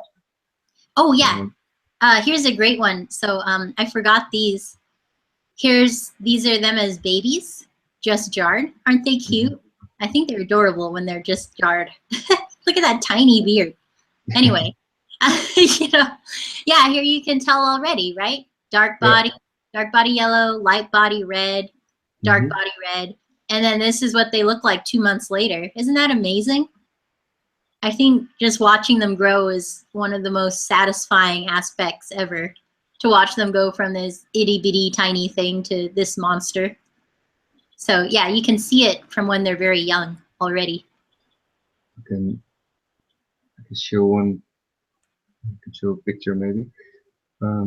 Wait, I will share another picture. I got this is a picture which is not on my website yet, but I crossed a dark body red female with a yellow Cambodian-based male, and this is actually first generation. So what you see in this picture are fish which are clearly light body. So they're light body orange over here. There's light body orange over there. And these are light bodied reds, so Cambodian-based fish. But on the other hand, you also see fish here, which these are 9 weeks old, by the way. Fish which have clearly these dark scaling on the body. So these are dark body based, and you have dark body orange, but also dark body reds in the same spawn. And of course, independently of whether they are light body or dark body, the red or orange will also cover the body when they mature. So they are extended red, so this means this will cover the body just like spread iridescence does that with our blues and our reds. So that's something. And it takes a while for them to like color up. It does. Like iridescence, they'll color up right away. Like my fish are like 2.5 weeks old and they're already starting to shine. You know, I take a flashlight and they're already shiny, like little pieces of metal. But the non-iridescents take a while. You can see they kind of look blonde for a long time. They do. I will show maybe to the people who never did a red spawn. You can have a look here. This is a dark body red male crossed to a Cambodian-based red female. Both are really intense red. Now here, actually, you can already see, I hope you can see this picture. When you see the picture here on the left, you can actually see that these are 2 Cambodian fry. And this fry, this one and that one, these are actually dark body based, because you can already see the pigment cells in them. So I don't know if you can see it very well on the screen, but you can already see that these fish, and they are they're what, 2-3 days old. After free swimming, you can see that these are already are dark body, these are light body. When they are then in, they move to a grow out, bigger grow out. So here they are at 7 weeks old. Well, some people can already get them very big. I can't at 7 weeks, but I think this is normal for my 7-week-old fry. They show already the red color in the finish, independently whether they are light body or dark body. But you do not really see much color on the body yet. Then this is only 2 or 3 weeks later, and they've been moving. They go to another bigger grow out, and you see that now some of the fry already have been showing dark red bodies. And usually these fish which then color up at a young stage, this means that this is actually usually these are the males which color up much faster than the females. Sometimes also these females color up faster. I see that there is a question: what does it mean to be Cambodian based? So okay, I will cover that in a second. Thank you for the question. But the and here you see that they are a little bit older, and you see that the coverage will get more and more. And then when they get older and older, and these are the fry at about 20 weeks when I jarred them. This is a nice example of a Cambodian fry versus a dark-bodied fry. Here on the left, this is a Cambodian-based fish.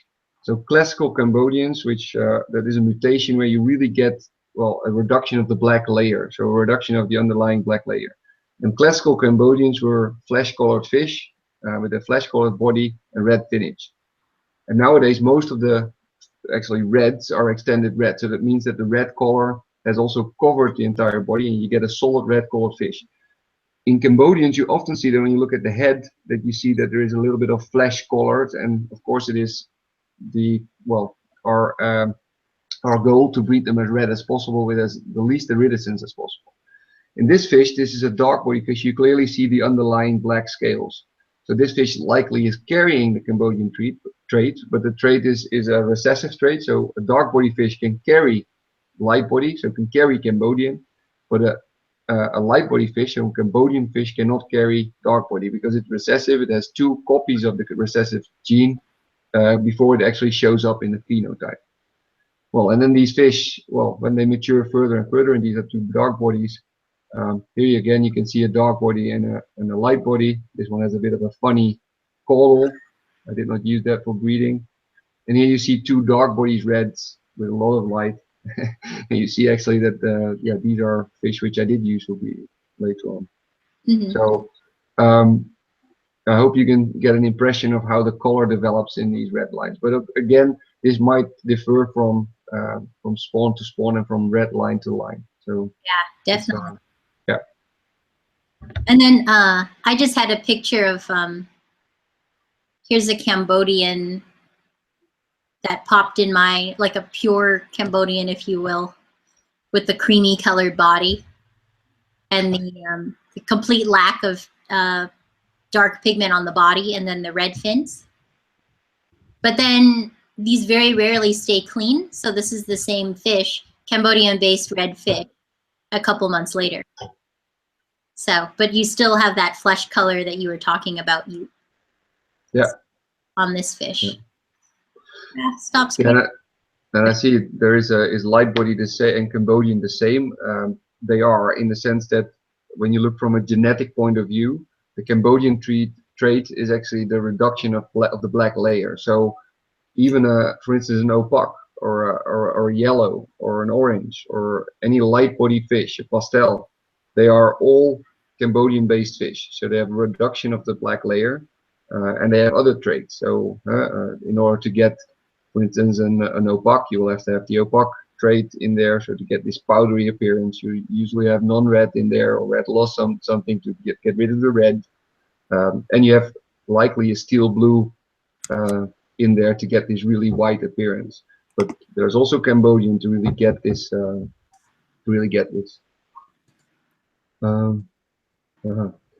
you want me? There's a question from Jordi.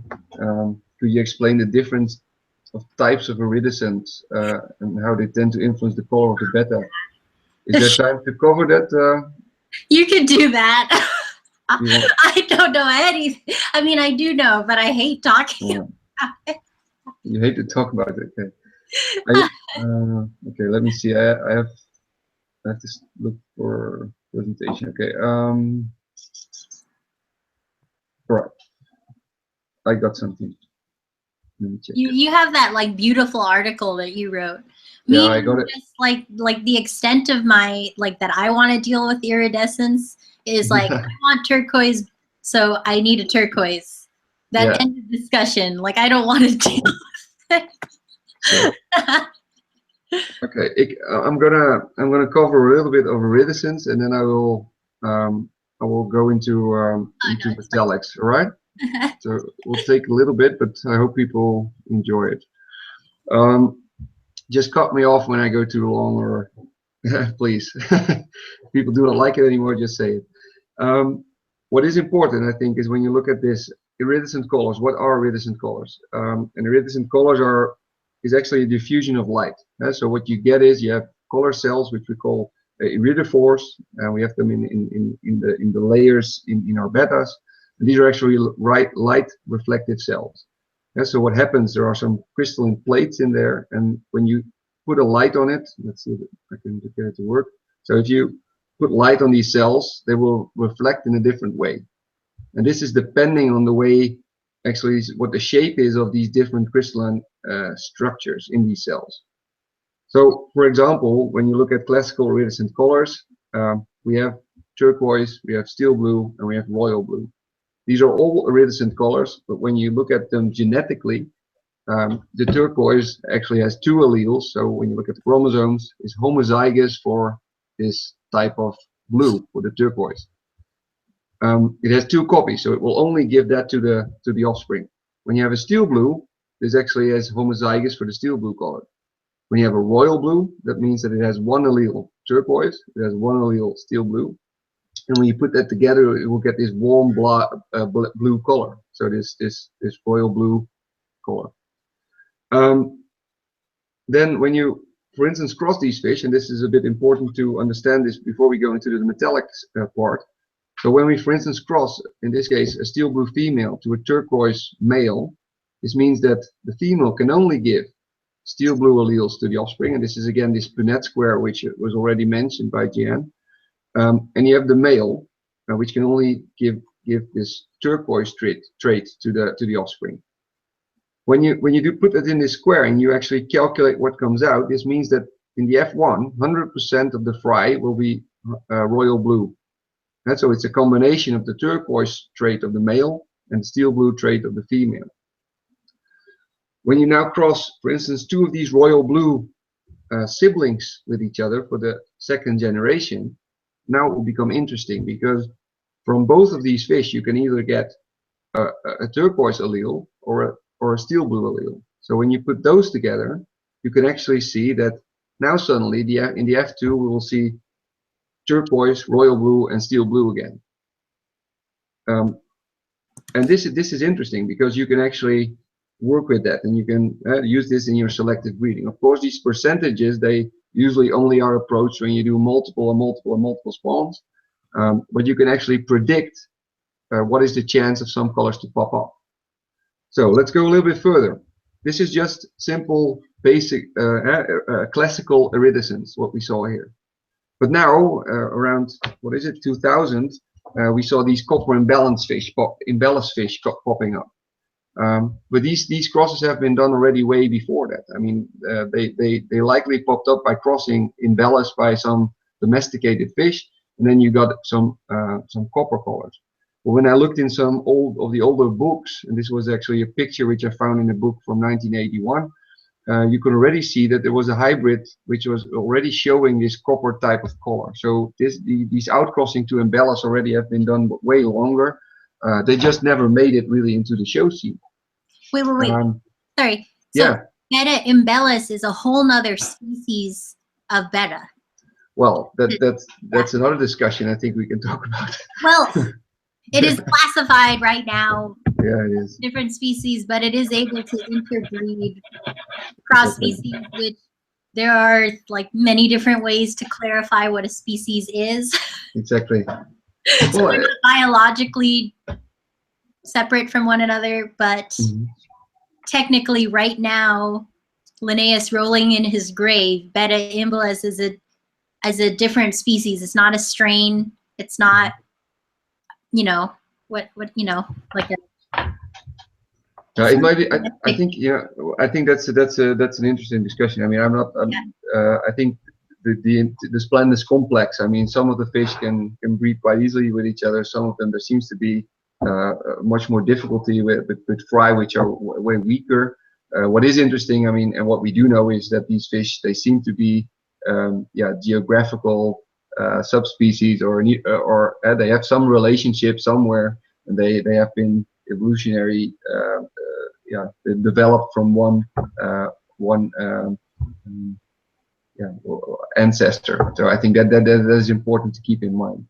So when you cross them, I mean, you get hybrids. And interesting is when you look at the metallic on these fishes, that it is a bit, well, the iridescent layer of these embellished fish is different than what we saw in the domesticated fish and what we know in the wild type splenens. And this gave rise to this new development of color, and this is what we call metallic. So let's see, we can also apply that when you just look at the iridescence layer, because now something happens. I mean, this is the steel blue fish, which we already saw before. This is the classical steel blue color. This means that you have is homozygous for the steel blue color, and it's non-metallic. So this means there's no metallic in there. Now, when you add one metallic trait, so one copy of the metallic trait, you will actually see that something happens with the metallic color already, because it actually changes the way light reflects. And because light reflects in a different way, you can actually see that the steel blue color we perceive with our eyes actually is now a bit different, because you can already see in the ventral fins and in the anal fin that there is a little bit of a coppery kind of shine in there. When you add another copy of the metallic trait, so that means that this fish is now homozygous for the steel blue trait, but also homozygous for the metallic trait, you suddenly see something completely different phenotypically, because now you see a fish which we know now as copper. The base of this is still this steel blue color, so this is a steel blue fish. So if anyone wants to know how do you want to get a copper, combine metallic with steel blue. That will lead to copper at some point. So you still see a metallic fish, or you still see a steel blue fish, but you perceive it as copper because there is metallic into the mix. It's like a layer. Exactly, and it will change because it is actually now something else. It is some kind of add-on effect on this iridescent layer, which changed the way of reflection because of the light, and that's why we perceive it in a different way, and we see it now as a copper. Now you can play that. You can also play around with this. I mean, when you play around with this kind of trait, you see here you have a homozygous metallic steel blue fish, which we know as a copper. You cross it to a steel blue, which is not carrying any metallic. When you cross these fish together, the offspring will be 100% heterozygous metallic steel blue. This means they are steel blue based. They carry one copy of the metallic trait because they got it only from one parent. They only got it from, in this case, from the mother. When you now cross these offspring together, so these are two fish which are carrying one copy. They are steel blue based, but they carry one copy of the metallic trait. And when you cross those together, you'll see non-metallic fish. You'll see fish which look like the parents, which are carrying one copy of the metallic trait, and you will see coppers, so homozygous metallic steel blues. Of course, it is that there are often you also see that the fish are masked, so you can. It's sometimes a bit difficult to get these blackhead fish back. And that's something else which we can talk to about another time, but it is possible to outbreed the metallic trait again. You can do this again also when you look what we just did with the steel blues. You can also do that for other colors. And what is interesting when you look, for instance, here, these are non-metallic royal blues. These are non-metallic turquoise fish. When you add one copy of the metallic fish, metallic trait, sorry, you can see that this royal blue color suddenly turns a little bit green. The turquoise color already is a bit green, and it will get even more green. And when you then go and add another one, you can even get more green fish. what is interesting here is that when you look at these fish which have only one copy of this metallic trait, it's very difficult to distinguish them. And it's very difficult sometimes if you don't know what is in the background of these fish to really say if you have a fish which is royal blue based or a fish which is turquoise based. And that's something which you have to find out by breeding them. And then of course there is this dragon stuff. I mean, what happens then? I mean, there's something else going on, and it seems to be that the dragon trait has been covered by outcrossing this, it was already a copper fish which was crossed by Betta Selective, another wild type which is a different kind of different different iridescent layer, and this led also again by selective breeding by this armor-like thick, silvery white metallic layer, and this is what you see typical in these dragons. I see a question from Moon River Bettas. Is it possible to have masked fish which are non-metallic? Yes, in my opinion, that is. I already proved it actually by just crossing several fish which are masked, which were royal blue based, but you never get any metallic fish back from that. So it's possible to do that. Yeah. Yeah. Just clarification. What is a masked fish? A masked fish is, when you look at these pictures, these are fish which, classical iridescent fish usually had black heads. So they often refer in a hobby also as blackheads, not to mix up with other things which are called blackheads. But these are fish which are then really have a full coverage of the metallic layer also on their bodies, or on their heads. Sorry. So that's what we call a mask. That's what we call masking. And we usually only do that for fish which are with an iridescent layer. So a full red fish we do not call masked, even though it has also red color on the body, on the head. But in an iridescent fish, we actually do refer to mask as when you see the thick metallic layer also covering the head. So I can show a picture of this fish. What you see here, for example, the blue fish is a royal blue fish which is not metallic, but it is masked. But I think they're closely. I think they're very close to one. Like they're possibly. This is speculation, but you know, it's possible that they're inherited together quite often, but they can be separated. Would you agree? I agree. I think they came from the same origin. Yeah, so they came together. Yeah. So it takes a while to separate them, but you can separate them. I agree. Yeah, yeah. I mean, they both have been introduced by outcrossing to these wild types. That's what I would say. But they can be separated. They can be, because we also have actually metallic. We can have copper blackheads also. I mean, by selecting, you can also have fish which are clearly metallic, but do not show this masking on the head. Mm-hmm. So wait, hold on, quick sound check. You can hear me because you're responding to me. Can everyone else hear me?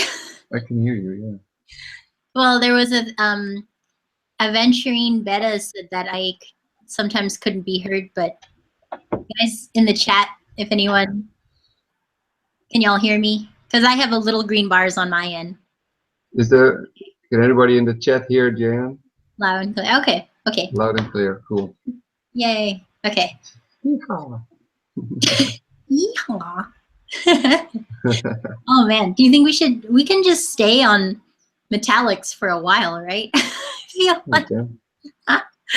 It's such a big one. Such a huge topic, I think. So Yordi's asking you, Joep, what steps should a breeder take when he has a metallic, non-metallic offspring and wants to lose the metallic in the next generation? Ooh, lose metallic. Get it back to the old school. It will be observing. I mean, it will be, again, you will have to observe the fry, because when you cross metallic to non-metallic in the first generation, you will get a lot of carriers of metallic. So that means you will have to work for another generation, or again outcross to a non-metallic to get to increase the amount of non-metallic fry. From there, it will be really looking at the fry, and well, sometimes it's also calculating back. So it means that sometimes when you breed fish, look at what the fry look like, and sometimes you can calculate back actually what is hidden in the parents. Sometimes you don't really know what iridescent type a certain fish is, like I for instance said with the royal blue or the turquoise when they are metallic. Make a combination for which you can predict, 100% predict what the outcome would be. For instance, crossing a turquoise to a steel blue will give you 100% royal blue. When this does not happen, it means that it probably means, and when one of the fish was clearly a steel blue, it means that your turquoise fish likely actually has been a metallic royal blue. And so you can actually calculate back what the genotype was of the parent you used. And this can also be very valuable in your selection process and crossing further. Mm-hmm. And just one practical thing I would add, use a flashlight. Oh yeah, that's a good one. If you're searching, if you want to get rid of the metallic over several generations, like really you got to use flashlights. Mm-hmm. And, you have to like do very careful observation and like shine them. And after a while, you can see the difference between iridescent and and metallic, but it's going to be hard to get it out. Yeah, it's not easy, but you can. And it will be not a one generation thing, but that's with most of the traits. I mean, you have to work and create multiple options. I mean, what you can also always do is and this is of course color-wise maybe a challenge, but if you breed a metallic fish to a non-metallic fish, like in a red or a yellow or something like that, I mean, you already will you get rid of the iridescent layer in a part of the fish, and this is actually something which might be very interesting to do. Of course, it will ruin your color if you look for iridescent fish, but if you want to get rid of it, I mean, this definitely can be done. Mm-hmm. And I see quite some questions about dragons and metallics. Yeah. Do Nick's question. That one looks really interesting. Is that the one you're looking at? Sorry? Nick's question? Yeah. Nick, yeah. So is the dragon trait a variation of a metallic trait? Well, in my opinion, there seems to be. I mean, there seems to be a variation because, well, I can maybe see if I can show this. I have to do a screen share again. I first look it up. Well, this is quite some years back. Oh wait, I can show that from a presentation. Give me 1 second. See if I can find it.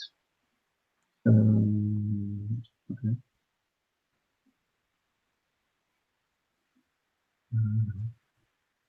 Sorry. What I did is in the past I did cross, for instance, dragons to copper, and I did also get then copper phenotype back, and I think that's interesting because you would not expect that if there would be no, if there would be no overlap between those two different traits. I have to look, see if I can find.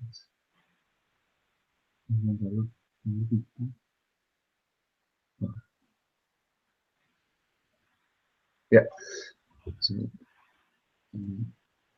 I'm going to share again.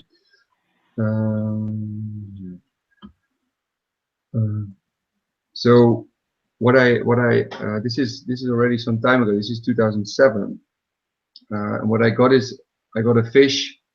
This is a fish which I bought at one of the shows in Germany. This was a bit of a gray type of copper, and at that time I did not know what exactly that was genetically, but I think this actually was a dragon influenced fish, so a fish which already showed a thicker type of scaling than what I was used with my metallic line. And this fish was a copper which was bred by a German breeder, but which descended from my own line. So she bred it by using two fish which she got from me. So this was a copper fish which actually had an almost black head, with a minimal amount of masking. When I cross these fish, and if there would be no genetically no overlap in these traits, I would not get any coppers. But what I did is actually I got quite some copper offspring, I did not get any of these silver type of fish, but I did get fish which had a different kind of layer, copper layer. So they are fully masked, but they showed a bit more of a bling bling type of copper. So it was much more, yeah, it was much more shiny than the copper which I used to have in my own line, which did not have this dragon influence. I don't know if this is answering a little bit of the question. Let me see if I can show another course.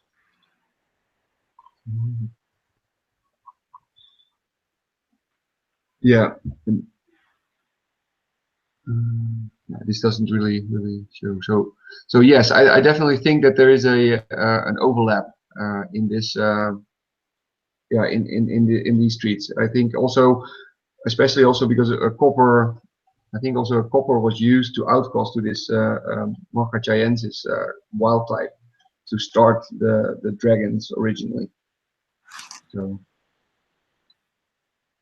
I hope that answers the question. Yeah.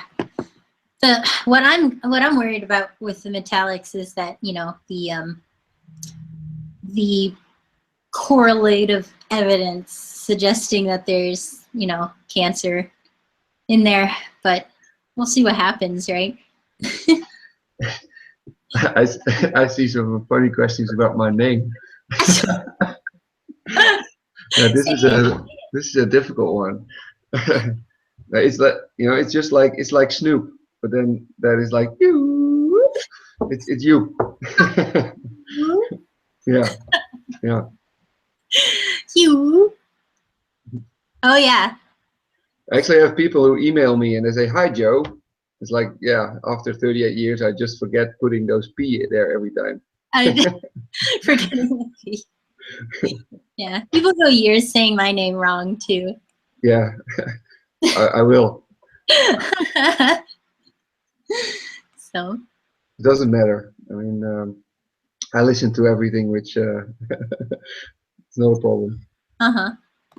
Yeah, I grew up with one of my friends who, and we kind of look alike from the back, especially because we used to have long black hair. We were both Asian, but her name was Jan, and I'm Gianne, so that was awful. Did you grow up with any other Yoops? Yeah, I did, but it's a bit more common name, I think, here. God, because it was Jan and Gian, all the way from elementary school to high school. Jan. I'll just call you G. G works. G dog. That works, I guess. Gian. So hi Giselle and Cece from Wisconsin. Hello. Let's see. Oh man, that's so many questions. How are you on time, you? Joe. How are you on time? It's 11 here. I'm okay. You're okay. All right. Yeah.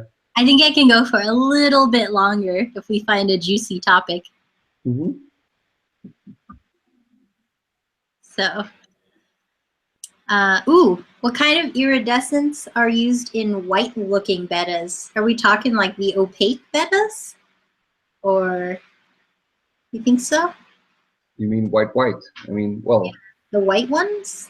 That would be opaque, right? Yeah, but you can still get them with different kind of shine, right? I mean, to get them really, really white, I mean, it should be steel blue based. So to get them really white as white, then I would say steel blue based. Yeah, opaque. What you usually get, I mean, when you don't have the opaque, I mean, even then you can get white bettas, but with the opaque, you usually have this really powdery layer. And I don't know how it is in the US, but here in Europe, the real opaque is really rare at the moment. Most of them are metallics or dragon influenced.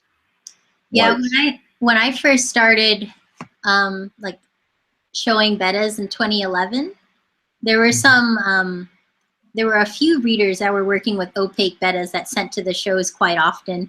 And those were gorgeous. I really liked them. They were true opaque. It had like a powdery, it was like the betta was covered in powder, white powder. it was really beautiful to see in person. But they kind of stopped coming to the shows after a while. Yeah, I haven't seen them in a while. You can distinguish them from the other white types when you really look at them when they are fried, because you can already see that this powdery layer develops in an early stage. But even with all these type of whites, if they are just pastel type of white without the opaque, when they are carrying opaque, or when they are platinum, and platinum is usually a pastel with a metallic or an opaque with a metallic layer, then you usually call them platinum. Mm-hmm. They're really shiny. Yeah, they're more shiny. But when you look at these fish and you have the really white ones, they are all steel blue based. When they are turquoise or royal blue based, and you shine a light on them, you will see a little bit of a greenish or a bluish shine on them. And of course, when you want to attempt to breed a white, you don't want this shine on it, and you will not see that with the steel blue. But when you have it with the royal blue or the turquoise, you usually see a little bit of a bluish type of layer. I don't know if I have any pictures of that. But... Mm-hmm. Yeah, I wish I'd taken pictures of them when they were still coming to the show. Mm-hmm. But that was before I got into this whole thing with like photography and being online all the time and that kind of stuff. So I really wish I'd taken pictures of them because they were gorgeous. And again, the original opaques were from Jean Lucas. Mm-hmm. And oh wait, do you still have that packet I sent you? Remember? I can show it. Wait, I will show you the of all of Jean Lucas's articles.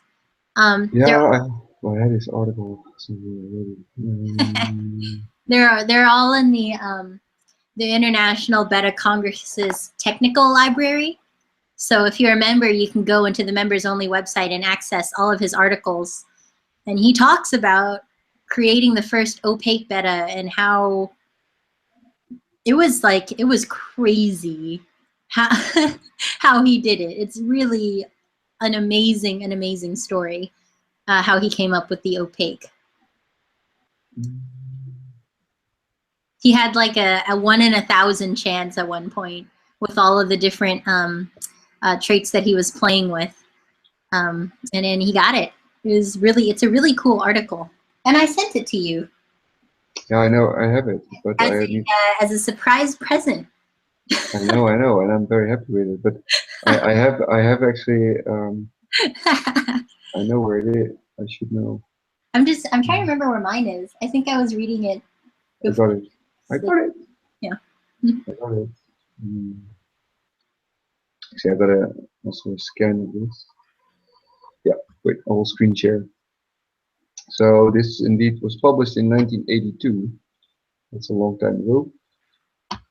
So here's Jean Lucas. So this was actually, I think this was published in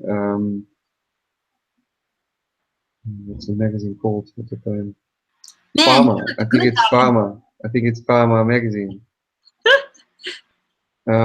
So let me check. So here you can see the entire crossing scheme. So where it was created from, and all this probability of getting what and getting that. And you can see that he's working with Cambodian. He's working with steel blue. No, blue. He's working with spread iridescence. He's working with non-red and opaque. Yeah. Amazing. And then, well, you see here, these are then the original, well, male and female used.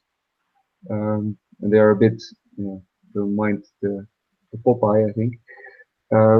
But you see that there is, especially in this picture, and let's see if I can make it a little bit bigger. I hope you can see it. Oh, a little bit too big. Oh. Good Lord, what is wrong with his eye? Yeah, it's a Popeye.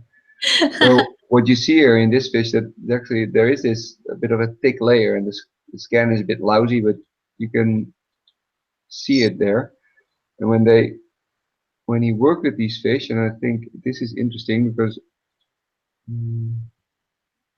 when you see here, there's this fish, and you see this thick layer. This is in a time where people did not work with metallic, so this is here you really see the thick powdery layer, and the scan is not that great, but you also see that the blue can be influenced by this. So you see a bit of a duller blue type of color, and I must say that this actually shows some resemblance with the blonde fish which I used to work with in my own line, and they also seem to have a little bit of a powdery layer on top of their body, and you see that also with young fish. You can also already see clearly the white head, which is more powdery. So let me see here. You see it also, a thick powdery layer on the head of these fish. So this was the original article from that time. So that gives a bit of a better impression. Mm-hmm. Yeah, it's a really great article. If It you're is. It is. It is. into the genetics, and he's a really wonderful guy too. He's I met him at several IBC conventions, and he's just a joy to talk to. He has so much, so many stories. Yeah, So he's a great guy. I met him once, and he's a very nice guy to talk to. Yeah, fully agree. he has some great stories. I think my favorite story of his was he his basement flooded where he kept all his fish, and then he just he just didn't clean it up for a while. he just had water on the bottom of his basement floor in his fish room. He just left it, I guess, and then he came back. He just left it that way, and then he's like doing work in the fish room. Apparently, he wore boots for several weeks because he just didn't clean it up. He saw something move near the floor, and he's like, something moved. And then he took a net and he started netting out fish that had spawned on the basement floor. Isn't that crazy?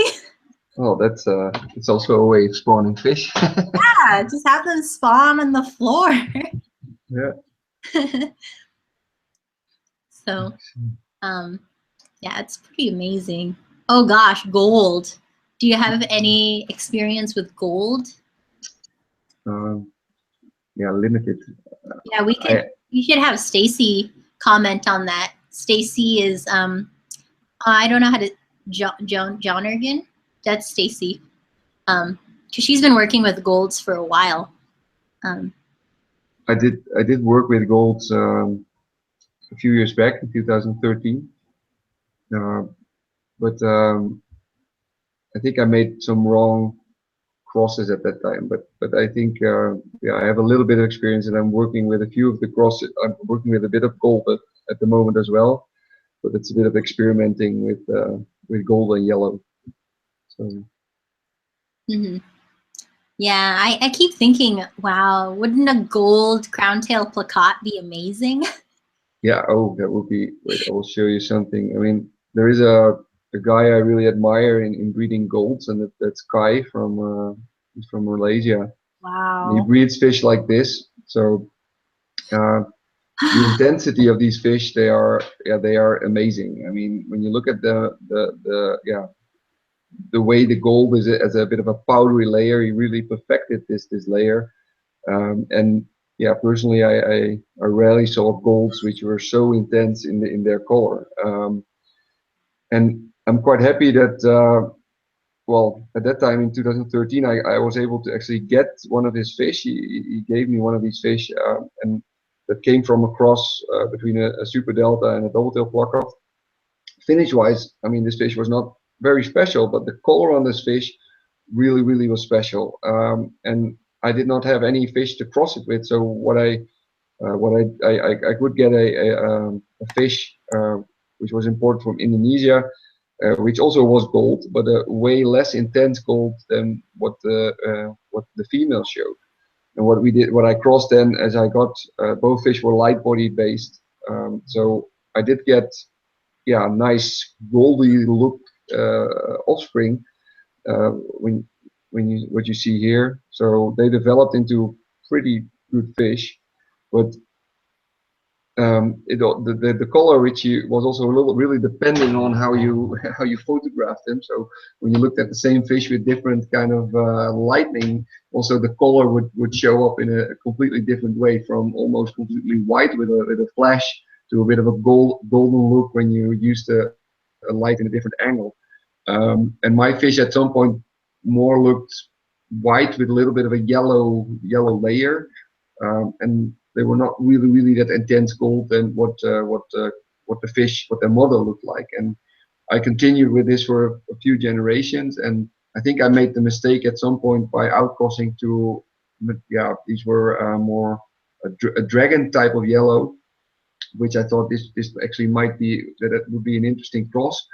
And let's see if I can quickly find them.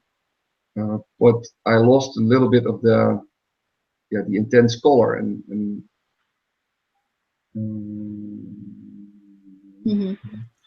so what I did is I crossed a female, which I bred myself from these two fish I just showed you. I crossed it to a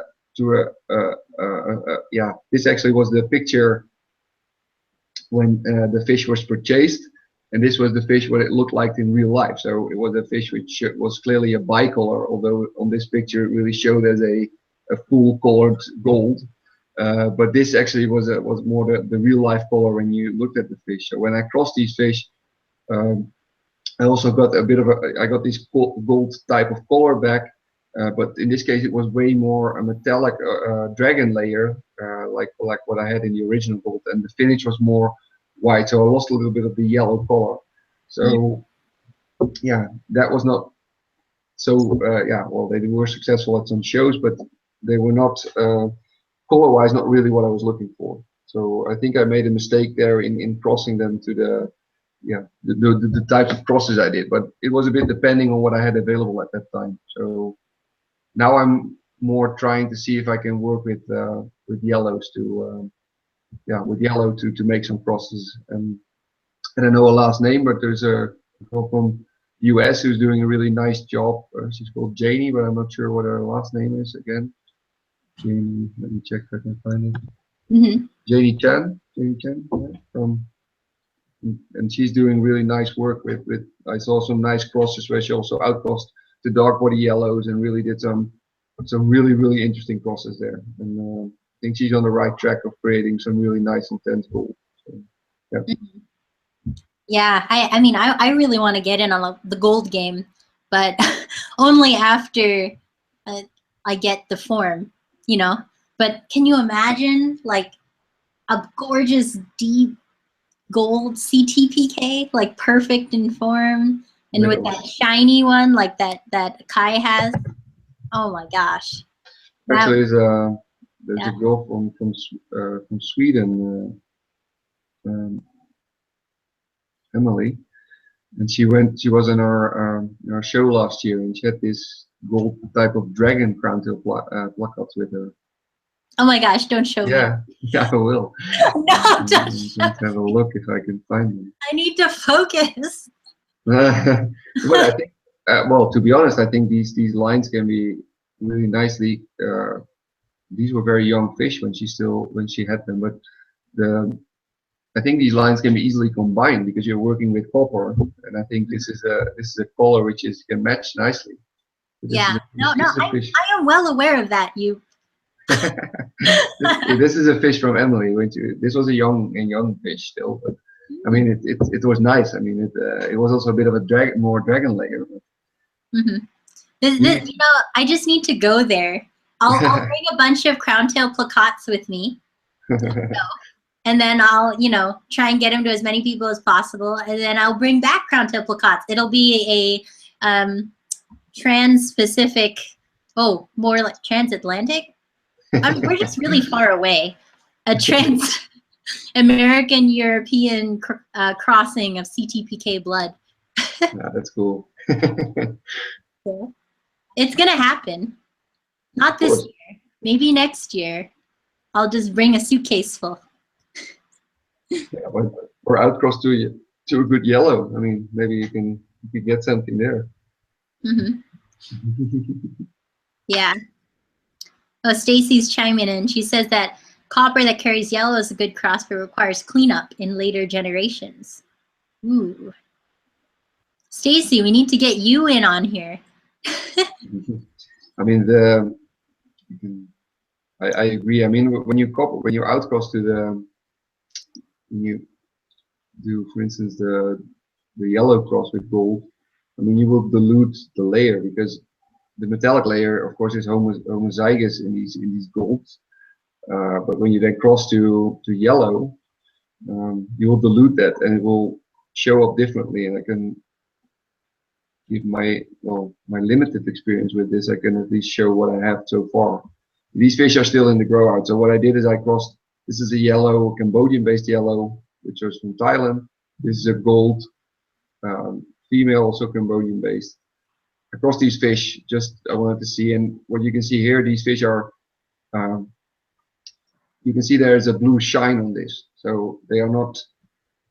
There is an influence, which from a type of iridescence, which we of course do not really would like to see in a perfect gold, because it's a bit bluish. And this means that even though then when you have this fish, that the yellow likely has been carrying some, is not steel blue based, but likely has an iridescent color genetically, which you do not see phenotypically, but which you did see when you cross them together. And that means now when you look at the fry, and note that these dark bodied fries are not from the same spawn, they are actually veal tails, which are in the same, which I put in the same grow out. But when you look at these fish, they have a little bit of a diluted, well, they have a diluted yellow layer. You see it a little bit back, and I have better pictures where you can see the yellow actually, but you also see that there is a clear metallic type, which is not so solid. You can also see an influence of some black scaling. So you see actually a lot of work, and you don't see a really intense yellow fish. So there's something, yeah, really challenging, I think, to work further with. And how to get further, I'm not sure yet, but these fish still have to grow, so I still have some time to think about that. But that's my limited experience of just outcrossing to yellow. And it's not like that there immediately are yellow fish which are super gold or super yellow or something like that. Mm-hmm. Yeah, I remember when I worked with the yellows, it was like getting an intense yellow was like my holy grail. You know, Yeah. It was so hard to get a really nice, intense yellow. It's just, oh my gosh. Just thinking about it makes me stressed out.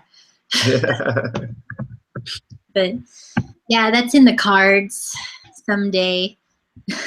Yeah.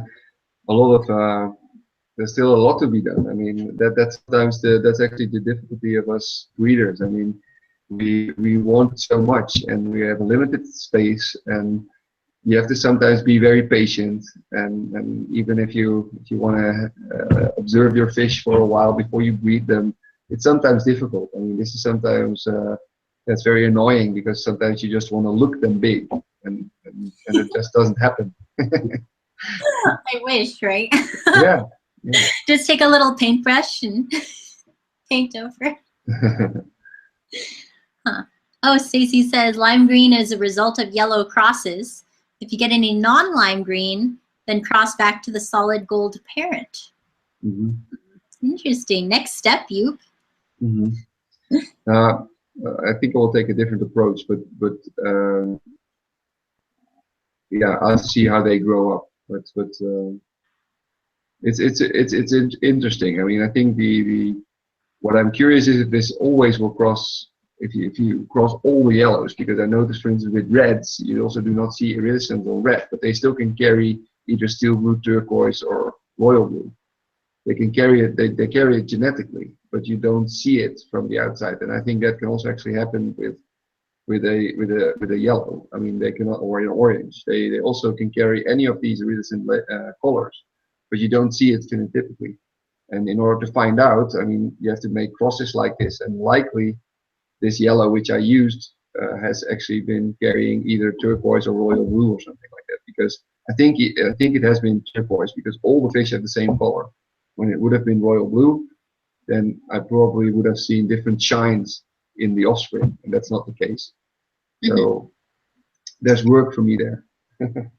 There's always work.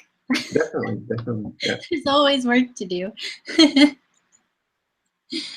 So let's see.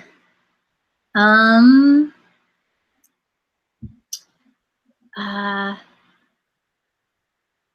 And I agree that copper yellow, yeah, copper, so steel blue based fish would be better, because I think the golds actually are steel blue based fish. So to come back on that reaction, I agree that would be better. Mm-hmm. Okay.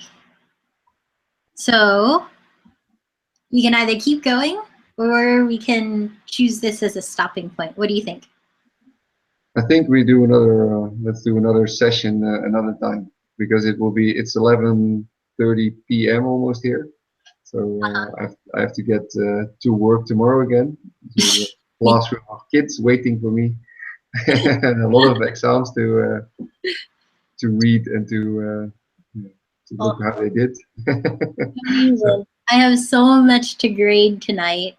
I don't want to think about so, man. so I hope at least that people enjoyed what we have been discussing. I'm sorry that when we did not cover all the questions, I think we did our best. So if there are any topics you would like to discuss us, please tell Gianne. Yeah, if there's anything you'd like to see, I think one suggestion was for us to use our judging spectacles, right? And That would be to, nice. yeah, to like judge fish. And that'd be awesome. So Yeah. maybe I can try and figure out how to we can discuss photographs, the kinds of photographs we're looking for. And then we can do something like that. That would be great. Yeah, I have that in my list. Was there another one? Another idea that we had? Or was that the one idea? No, I think that one was a really nice idea. I mean, I think we can really we can do like people bringing in some pictures, and we can see what we can yeah, we can really see what we think about it and critique them in a constructive way. I mean, definitely.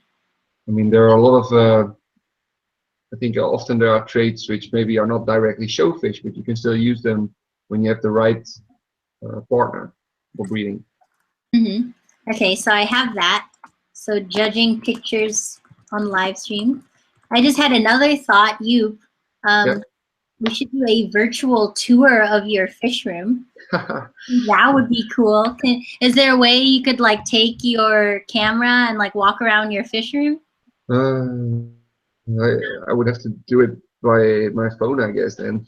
Well, we can try and figure that out, but I think a virtual tour would be super fun. Or with the iPad or something. I don't know. We have to yeah. Let's see. We have to test it before. Yeah. And I was just thinking about that because I went to a professional development thing yesterday, and we had a virtual tour of a lab. Cool. And so I want to do virtual tours of lots of people's places. Maybe we could do that more often, like, you know, anyone that wants to share their fish room or something. So I'm going to put that, virtual tours of fish rooms. Tours of fish rooms. Anyway, yeah. So if you guys have any any suggestions for future live stream ideas, once this thing gets loaded up, you can just comment that and we can check it out there. Let's see, Dumbo Bettas. Yeah, thanks everyone for being here and for spending their Sunday afternoon with a bunch of fish nerds. So yeah, thank you everybody. Thank you, Gianne. Sunday afternoon, Sunday night. Night, yeah. Wherever you are, morning, afternoon, night, day. Bettas for always, huh? Yeah.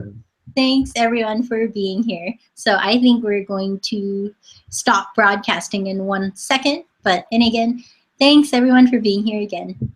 Thank you. Bye-bye. Bye.